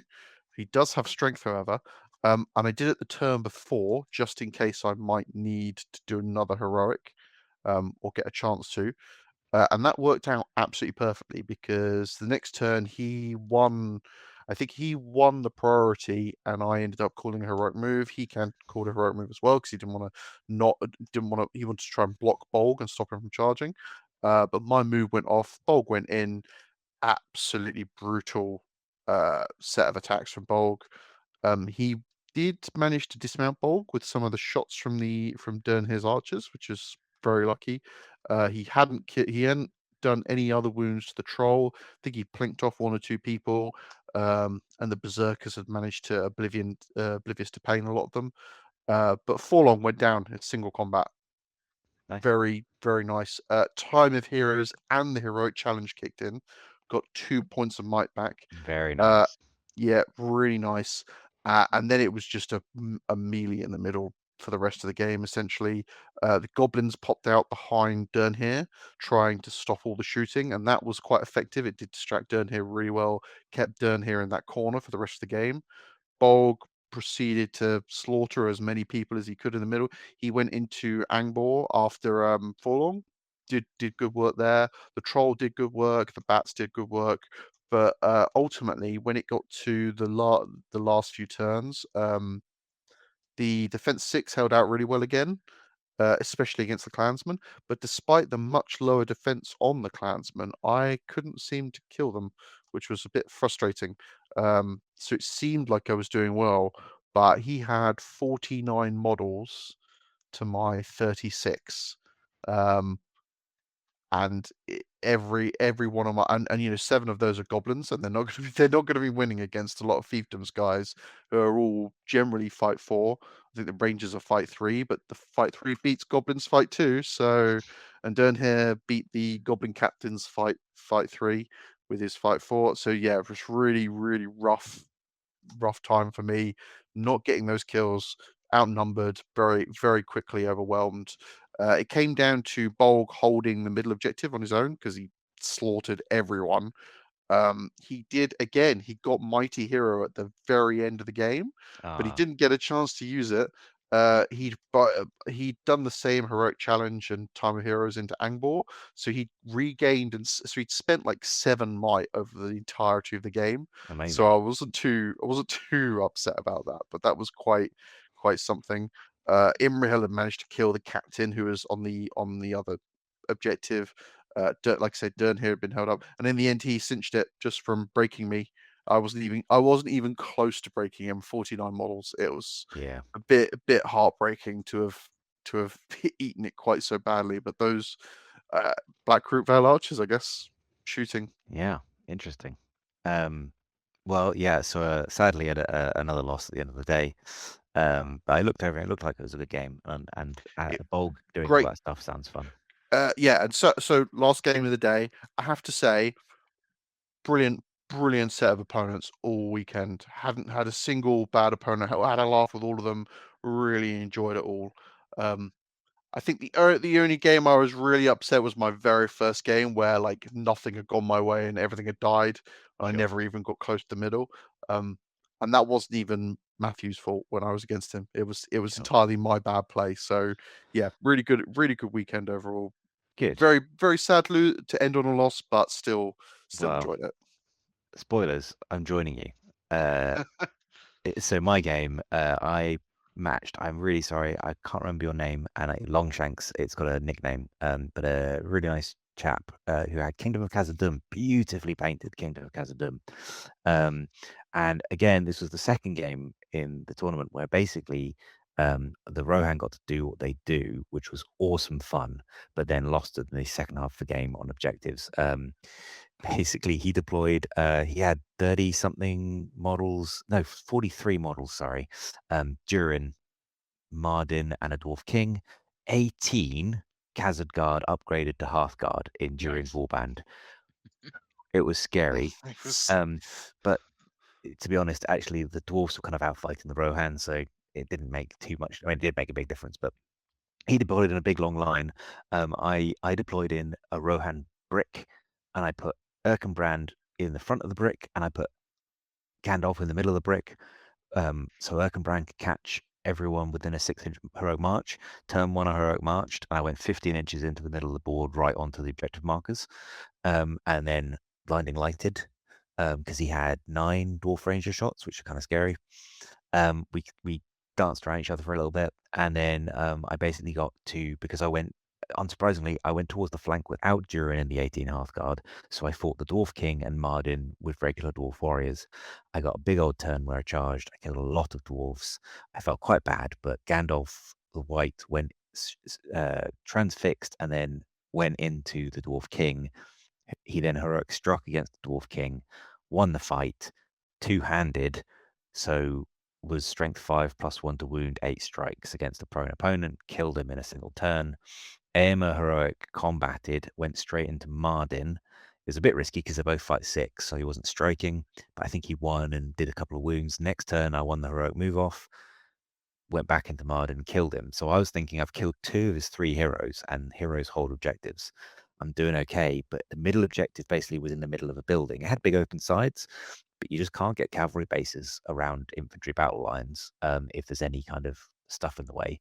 So my riders sort of did their thing. They went hog wild, charged around. Durin slowly worked his way over with the Khazad Guard, the Hearth Guard. They started promptly chopping their way through my riders. I can't remember if this is the broken or quartered. I think it's quartered. Yes, it's quartered because the game ended because I basically one turn I had 9 models left, and I was like, if you kill 3 models, the game ends this turn. And one promptly ran away, and I was like, there's a lot of fights, and I'm definitely going to lose 2 of them, and they're going to die, and promptly did, and the game did end. It basically came down to Gandalf and Aema bullied Durin. Transfixed him, drained all his will, transfixed him, charged him, heroic struck against him. Aema attacked him and like knocked a few wounds off him. But then obviously we started losing the heroic move offs. And one turn Aema was surrounded by it was a transfixed Durin, but Hearthguard lost the fight because Durin's fight 7, he didn't have the might strike. And Hearthguard with +2, +1 to wound, strength 4, something like that. Took a bunch of wounds off him. Very last turn of the game, if I held one objective on the side, and we both contested the middle, and I was just very tired, very stupidly sent Aema into a transfixed Durin. Thought, oh, I might be able to kill him and then claim the central one as well, but just didn't think that didn't quite click that his fight value still won him the fight. So we had a bunch of Hearthguard in the fight as well. Aema got all his charge bonuses and stuff, but he won the fight value, roll 6, won on the fight value because they're burly. And then I think he had 1 or 2 wounds with no fate left and promptly died. Gandalf was on the central objective, but Durin's a hero of legend. So I was contesting. So basically in the last turn, I should have just moved Aema away, contested the middle, and I would have held 1 objective to his none. And I think that would have won it, or at least drawn it. But I lost 8-6 because of the very silly play right at the end of the game. But complete power to my opponent. We forgot a Time of Heroes, and Gandalf and Aema both killed a hero really early in the game. And like an hour later, he was like, "We forgot Time of Heroes. Just refund your might. Give them both a point of might." And I was like, "No, that's far too late." And then he argued with me and was like, "No, give him a point of might." And he's very gracious, so I was like, okay. And then I got the point of might and immediately spent it again on moves, and it kept me in the game for a bit longer. But ultimately, his good sportsmanship won in the game clearly. So it ended an 8-6 loss with to the Kingdom of Khazad, but beautifully painted. And me and Jules might have bought some Moria themed dwarves in Element Games that add to our broad collection of unpainted dwarves. Yeah, so that was great fun. So sadly, also I'm 1 below you, Thomas. 5 losses and 1 win from 6 games with Riders of Aema. But again, really good fun, all good games. So can't be too sad about that. Julian, bring us home. What was your 6th game? So for my 6th game, I was playing against Matt Gray, and I believe this was his very first event, so I felt a little bad. But I think it was an enjoyable game for both of us. Unfortunately for him, a scenario where you need heroes to control objectives is basically my game. Yeah. Ironically, actually, I don't think a single ranger managed to survive on an objective, but I got everybody else onto them. He had the Defenders of the Pelennor, which was an interesting list, but it was sort of the Defenders of the Pelennor as the Return of the King. So he had Aragorn and Legolas, and then he had the King of the Dead, a Herald, and some Warriors of the Dead. But then he also had a Minas Tirith captain and a solid little battle line of Minas Tirith warriors. And essentially, the deployment was such that I could sort of set up in a good spot where I could just keep shooting for, I think I got 4, maybe 5 turns of good shooting in, and he had to come to me. His Legolas hid behind a fence on the opposite side, so I couldn't shoot at him. Legolas just sort of tried shooting through, but though his kept hitting was actually relatively ineffectual. So he came over. Warriors of the Dead, normally scary, aren't that scary for Rangers, because Rangers are fight 4, Warriors are fight 3. Rangers have got courage 6 up, which is the equivalent of defense 4, so it's still 5s to wound. Mm. The Rangers have got 2 attacks, so they quite often won the fight. They're also strength 4, and the Warriors, even with shields, are defense 7, so it's 6s. They basically managed to do that. There were some dicey moments. He managed to do a good job with the King of the Dead, where he trapped Aragorn, and Aragorn had to burn all of his fate to survive the combat. And it came to a single fate roll, where if he'd failed, he would have been dead. The king actually managed to get 3 wounds onto Aragorn, which was pretty terrifying, because he was trapped. But he got out of that on the skin of his teeth. And then, unfortunately for my opponent, because he needed to control the objectives with heroes, the only hero that he had close to an objective was his Aragorn.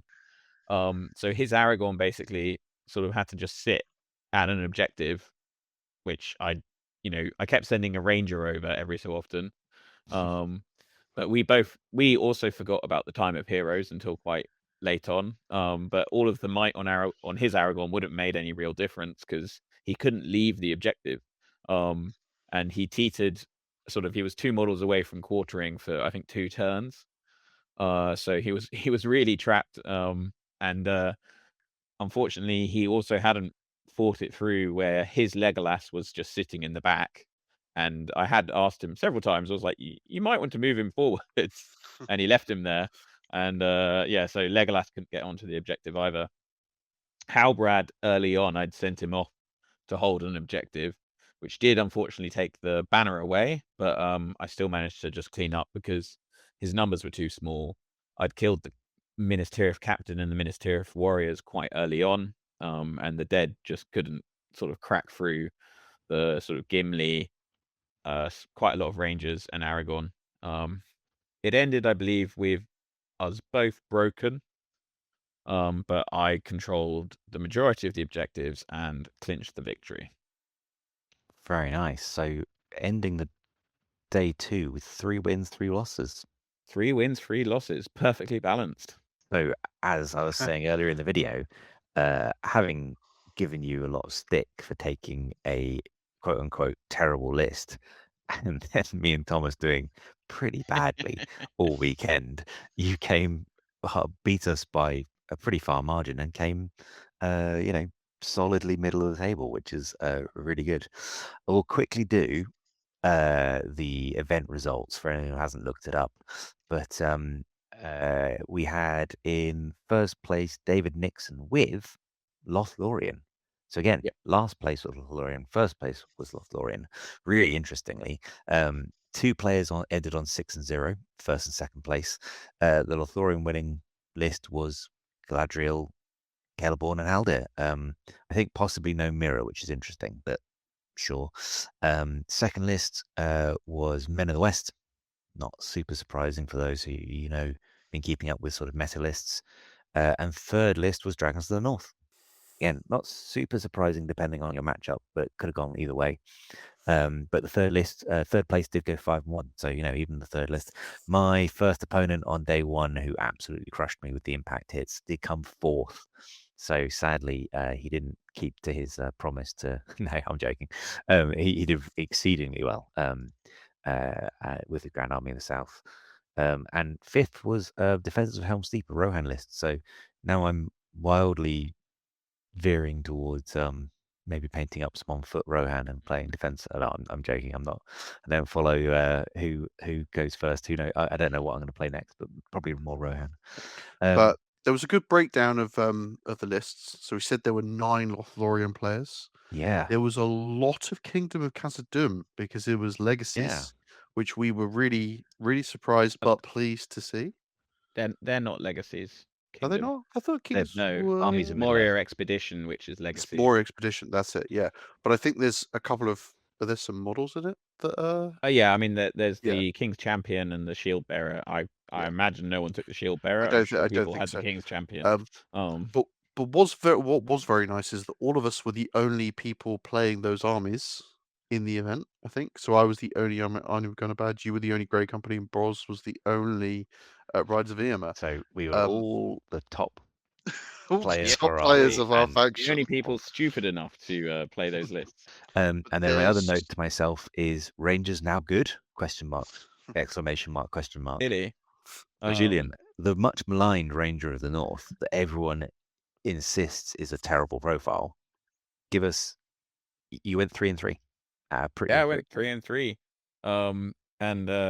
Well, as a relatively middling player, as I think of myself, I feel that probably shows that maybe they're actually good, because if they were bad, I wouldn't be able to be 3 and 3. I mean, would you say the Grey Company's middling in your hands because of the Rangers, or would you say it's middling because of Aragorn with Anduril? Yeah. Gimli? No, I mean I think of the Ranger lists, it's probably the best one. Right. And So if you took Arathorn's stand, you wouldn't have gone 3 and 3, you think? No, I don't think so. Maybe that's next year. I mean, Halberd's banner makes a big difference as well. The ability to get rerolls, and also banner points. The scenarios we played, there were several that had banner. One of which was the one where you get points for killing the banner, and you get points if you have the banner remaining. So that Yes. I lost effectively 2 victory points, and gave my opponent got 4 victory points on that scenario. 4 VP swing, yeah. So that could have been horrid if I didn't have a banner, Yeah. because you just lose those points. But yeah, I mean, Aragorn can do some serious work. He is in his kind of slightly squishy variant. So he can die, but he is still just terrifying. If he can win those fights, he can just put people down. We came up against a lot of elves, but also between us, we came up against a lot of Aragorns, which I don't think is surprising, basically. Yeah. I mean, and the nice thing with the Rangers and Aragorn is you've got a lot of might to go around, and you sort of, especially early on, you get kind of overexcited and you just kind of blow might away, and you're just like, oh yeah, like I'll spend a might, it's fine, and then you kind of get to the point where you're like, I don't have much might left. Yeah. I think that's always the way. Would you change anything from your list if you were to do it again? I don't think there's much that can change. Fair. I'm personally very opposed to taking Legolas without Gimli. I think that's... And I also actually think Gimli, for me, did a lot of work. He is the first person that people drop, Gimli, because he's just pretty good, whereas Legolas is like exceptional. Aragorn's obviously mandatory. But it's also Gimli makes Legolas even better. Yeah, that vice versa. I know it didn't come up, but it is like you're dropping an extremely good hero who can make another great hero even better. It's a really tough choice, right? But I guess when you've got, how many points is it between Aragorn, Gimli, and Legolas? 400 nearly in most lists. No, it's 360. 360. So yeah, plus the Elven Cloak and Armor. I mean, honestly, actually, I possibly would drop the armor on Legolas and give Aragorn his bow just for some extra shooting. And almost, I would say, in this list, if I was to drop a model, I might drop Legolas just because I can get quite a lot of shooting out of Rangers of the North.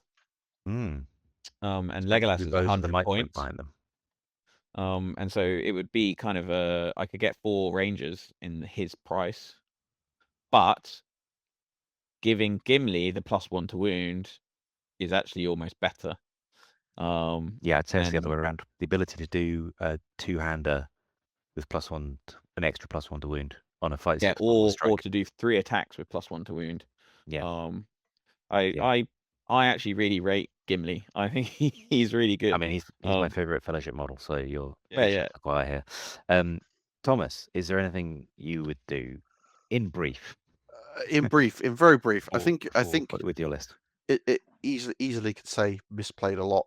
Know it off the top of my head. No, first time properly running Gundabad as well. I think I'd only played a couple of games with them before. Sure. Obviously, done a lot of painting in the run up. We did talk about it quite a lot in the run up, and again even today, right? Which is how there are models in that list like the Troll, which are just not. They're a real liability. 130 points in a very elite, expensive list. You know, I was low on numbers through the whole weekend. 36 models, when other people are bringing 40 and nearly 50, is not enough models. And then we were talking about ogres. Like, there are better options in an Army of Gundabad list, like ogres, which you can get 2 of them for the price of a troll, and that's 6 attacks, much more evenly spread across 2 units, which can be in 2 different places. And they're both still monsters. And they're both still monsters, rather than pooling it all into one monster. Sure. I think we were talking about the Troll Brute as well, which is 100, which is about the same price. That has trample. That might be an option as well, but I think it was just a lack of infantry. The goblins melting when anyone looked at them. I know a lot of people say you can do better players than me will know how to use the goblin ambush, right, and where to use it and what targets to take with it. And I think that's when there's not an option. Like, you have to basically put them there.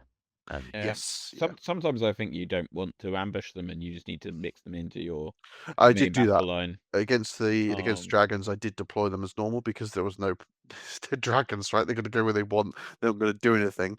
And also the problem with Gundabad as well is that your normal warriors are quite expensive. So being able to kind of just like tab them out a bit, with some cheaper guys who aren't dreadful. They're not bad, but they could be better. As someone who's played a lot of monsters the last year, I'd agree. It's just non-hero monsters. You're completely at the mercy of the dice, and like, if you continuously roll your 6 and they don't, and you can do what you need to do, they're pretty cool. But as soon as you can get stymied on that first combat, and then you roll a 4 high with no banner reroll, you're like, oh, that was fun, cool. And as a Birders Horde player, you were saying how much fun heroic monsters are. So much fun. Especially compared to regular monsters who you can't do anything with the dice after they're rolled, right? Whereas a heroic monster, you've got much more flexibility with it. So I'm gonna bow out and say I don't know enough, but there's definitely some things I would have changed. Play being one, the list being another. This is just the beginning of your Army of Gundabad journey. It seems that way, doesn't it? Yeah, we're talking about pits of Dol Guldur as well, aren't we? So we'll see. That's what we want. Good.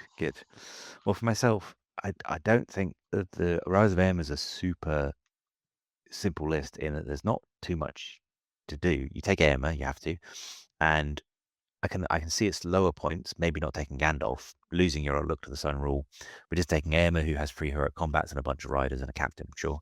I took Erkenbrand because he's barely any more points than a captain. He's fight 5, defense 7, and has a cool horn, which did nothing all event other than the war horn +1 courage did something, but the blowing for -1 courage to the enemy did nothing all event. But he was cool. He did fine. He never got the cool heroic strength, sadly. So I can see that. But 800 points, you kind of want Gandalf because it's your special rule, and then you basically take as many riders as you have points for. So I couldn't really change much. I probably would change my matchups, obviously. I would change some ways I played, but better players than me might know. Perhaps maybe the answer is to always like skirmish backwards and shoot until you'll really have no other choice. Or to maybe always call Look to the Sun the very first turn of combat. I sometimes wait until the second turn. Or to maybe, I don't know, never put your heroes at adaged, but I wouldn't change too much. I think much like the monsters, cavalry, not necessarily just Rohan, you need every single dice off and combat that are important to go your way, and the moment you need all of them to continuously go your way and you'll do okay, And the moment a single sort of spanner is in the works and you lose a move off, or a hero doesn't complete their combat or something, it can upend your battle plan. I also found I never really faced a huge horde army. I think 30, 40 models was about the same, about what usual. I had a real trouble actually engaging my whole army at once. A lot of the time I engaged their entire line with wraparounds, and I still had 4 or 5 or 6 riders just standing behind, not including the banner, who was obviously always standing behind, just waiting for a hole to open up before they could charge through. So again, maybe not my skill as a player is not sufficient, but yeah, I found it really difficult. You basically were fighting with like 2/3 of your army at once, with 1/3 left out. It's the big Quite base fun. problem, right? The big base problem, yeah, and that's not exclusive to Rohan or cavalry in exclusion. But I had a lot of fun. 2 games I got a horrific Rohan charge off, and with the look to the sun, and it did a lot of work. 2 out of 6, and but I told my opponents both games, like they were like, "Oh, that was rough," and I was like, "Yep," but that was it. That was my one. The game is now yours, like to take, because I've used all the tricks in my bag. It's your one neat trick. That's my one neat trick. Yeah, one trick pony, one trick horsey. But I had a lot of fun, and I took great pleasure in watching my opponent's reactions to my revealing the look to the sun token that I made. That I've got a picture of now. Like, that was awesome. But And yeah, it was a beautiful token. It needs to be noted. It was lovely, yes. So we ended the day in reverse order for Striding Edge Games. I said on the way up, I said a couple of things. I'm kind of prophetic, but in the opposite, the way you don't want to be, or is it like ill omen? I said on the way up that actually I would be perfectly happy to have the wooden spoon because you got a cool prize, but actually being second or third from last is even more insulting because it meant you weren't even good enough to be bad enough to be last place and get a prize. So out of 76 or something was dropouts, so I can't really tell. But I came third from last. There were 2 people below me. The person below me also had 1 win, 5 losses, but the last player had 6 losses out of those that stuck all the way through the weekend. So that's sad, but I had a lot of fun. Then Thomas, you were on 1 win, 4 losses, 1 draw, and you were 67th, but not quite because the dropouts don't. Yep. Still reading, so maybe 65th or something. And I didn't even have the opportunity to do worse than you because of the bye. Yeah. There you go. Well, I mean, you still won your bye. If you'd lost your game against Sure, Dan but and got the if I'd points- actually played a game that I'd lost, I never, maybe I would have been even below you. Well, no, because someone still went 0-6. Your draw ruined I it would for you. never have hit the bottom, but No, we'd your never draw, know. Your draw ruined it for you. And my second prophetic thing was that Scouring of Cheshire does first, second, third prize, most sporting prize, all the usual excellent prizes, wooden spoon, and they do what's it called? Middling, most mediocre, for the person who comes exactly middle of the table. And last year, Jules, you were sort of close. You were either just above or below it. I think I was pretty close last year. Yeah. But on the way up in the car, I was like, that is the most, because none of us are great players, but that is the most any of us could aim for. That would be a crowning glory. And as the prize was being given out, Darren was reading the words, and the most middling prize, I turned to Julian and said, "You've done too well, Julian. You've ruined it for yourself." And they read out, Julian Harris. Yeah. Hold up your prize. So you won the most middling. Round of applause. And he got an absolutely stunning replica of Aragorn's thing. That's the first Uruk-Bane dagger. Yeah. the first real actual prize any of us have ever won at a tournament, proper metal. Yeah, my wooden spoon incredibly. plaque doesn't count, unfortunately. No, sadly. And then we can all do what Lurch does. You just lick the knife every time. That's the thumbnail right there. So, We know who's playing Lurtz at Amon Hen, don't we? Yeah. So that was incredibly exciting and made the whole weekend even better. And in the raffle, I won a prize, which is lovely. So a nice consolation prize. So I won a something that a crochet kit of Gandalf that I chose for my wife. So she has a memento from the weekend. So that's lovely.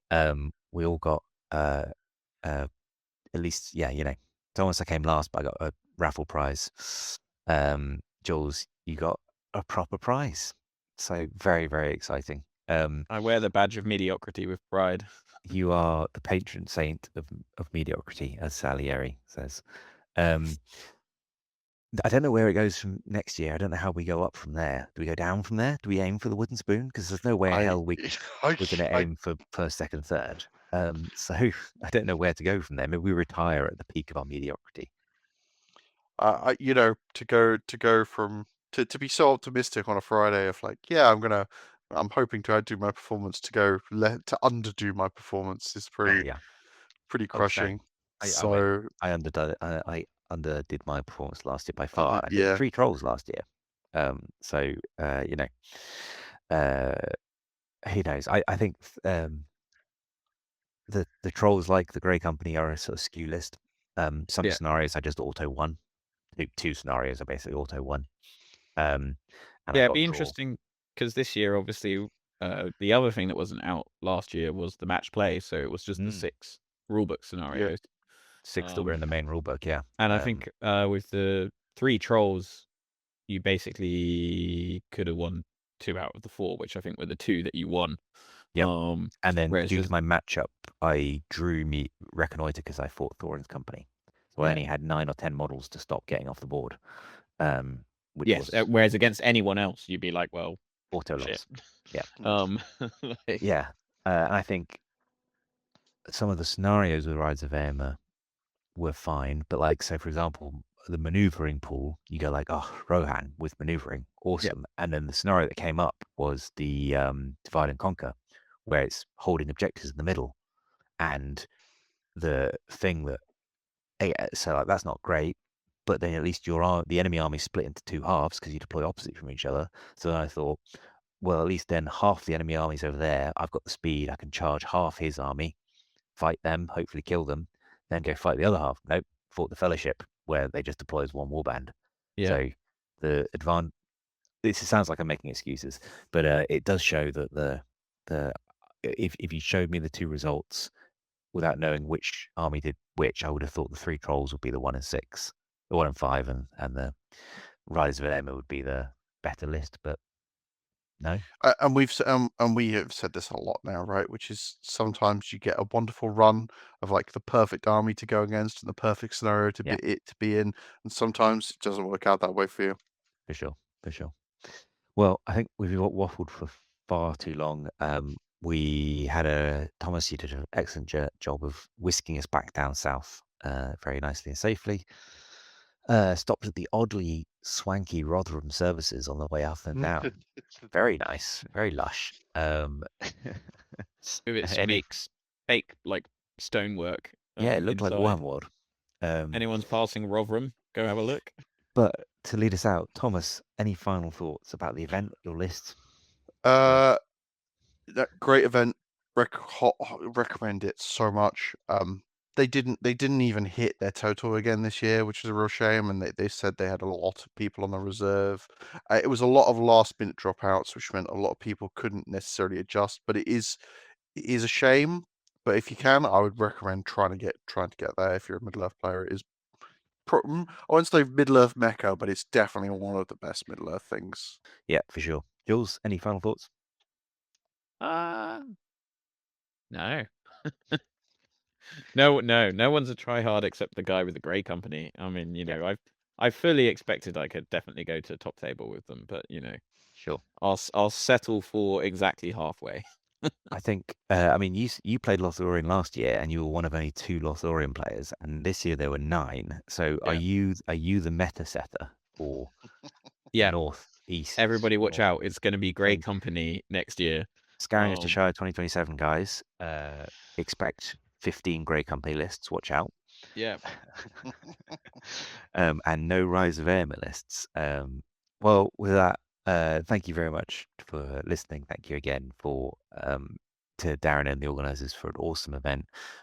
Jules, what can people do if they likes hearing this waffle? Ideally, if you're listening to us or watching us on YouTube, like and subscribe to our channel. That really helps us out. Leave a comment. See what are you surprised about the achievements of the Grey Company or the lack of achievements of the Riders of Air? Or surprised. I'm not do you think surprised. Gundabad trolls are really just incredible and They're Thomas the has best no idea unit what in he's the game. talking about? Yeah, exactly. Yeah. That said, we're also we have a little Instagram. You can have a look at us on there. There's photos, stories, that sort of thing. And we have a Discord. Come join us on the Discord. And if you want to support us even more, have a look at our Patreon. Yep, our Patreon people are super awesome. You've helped us. I think we bought Amon Hen. No, Saul. yeah, Saul. God, get the two mixed No, up. sorry. No. Amon Hen. Hen. You were Amon right. Hen. They have funded Amon Hen, yes. Mostly funded Amon Hen, which is amazing. Still waiting for it to turn up. Yeah, obviously, but we're a while away from now on our quest to Ringbearer. But yeah, huge thanks to the people on the bottom of the screen right now. And come join. There is a tier where you can come get dice after subscribing for a certain amount of time, and we will post out some dice. I've got some stickers. I'll send them out as well. Yeah, thank you for listening, and we'll see you in the next video, whatever the heck that might be. Maybe we'll ring Thomas on the channel to play Army of Gundabad as a battle report. I would be very excited to do so. Excellent. And get my ass kicked again. Well, maybe revenge for the last. Yeah, definitely revenge for Gothmog versus Osgiliath. Very good. All right, we'll see you in the next one. Bye, everyone. Cheerio. Bye. Bye.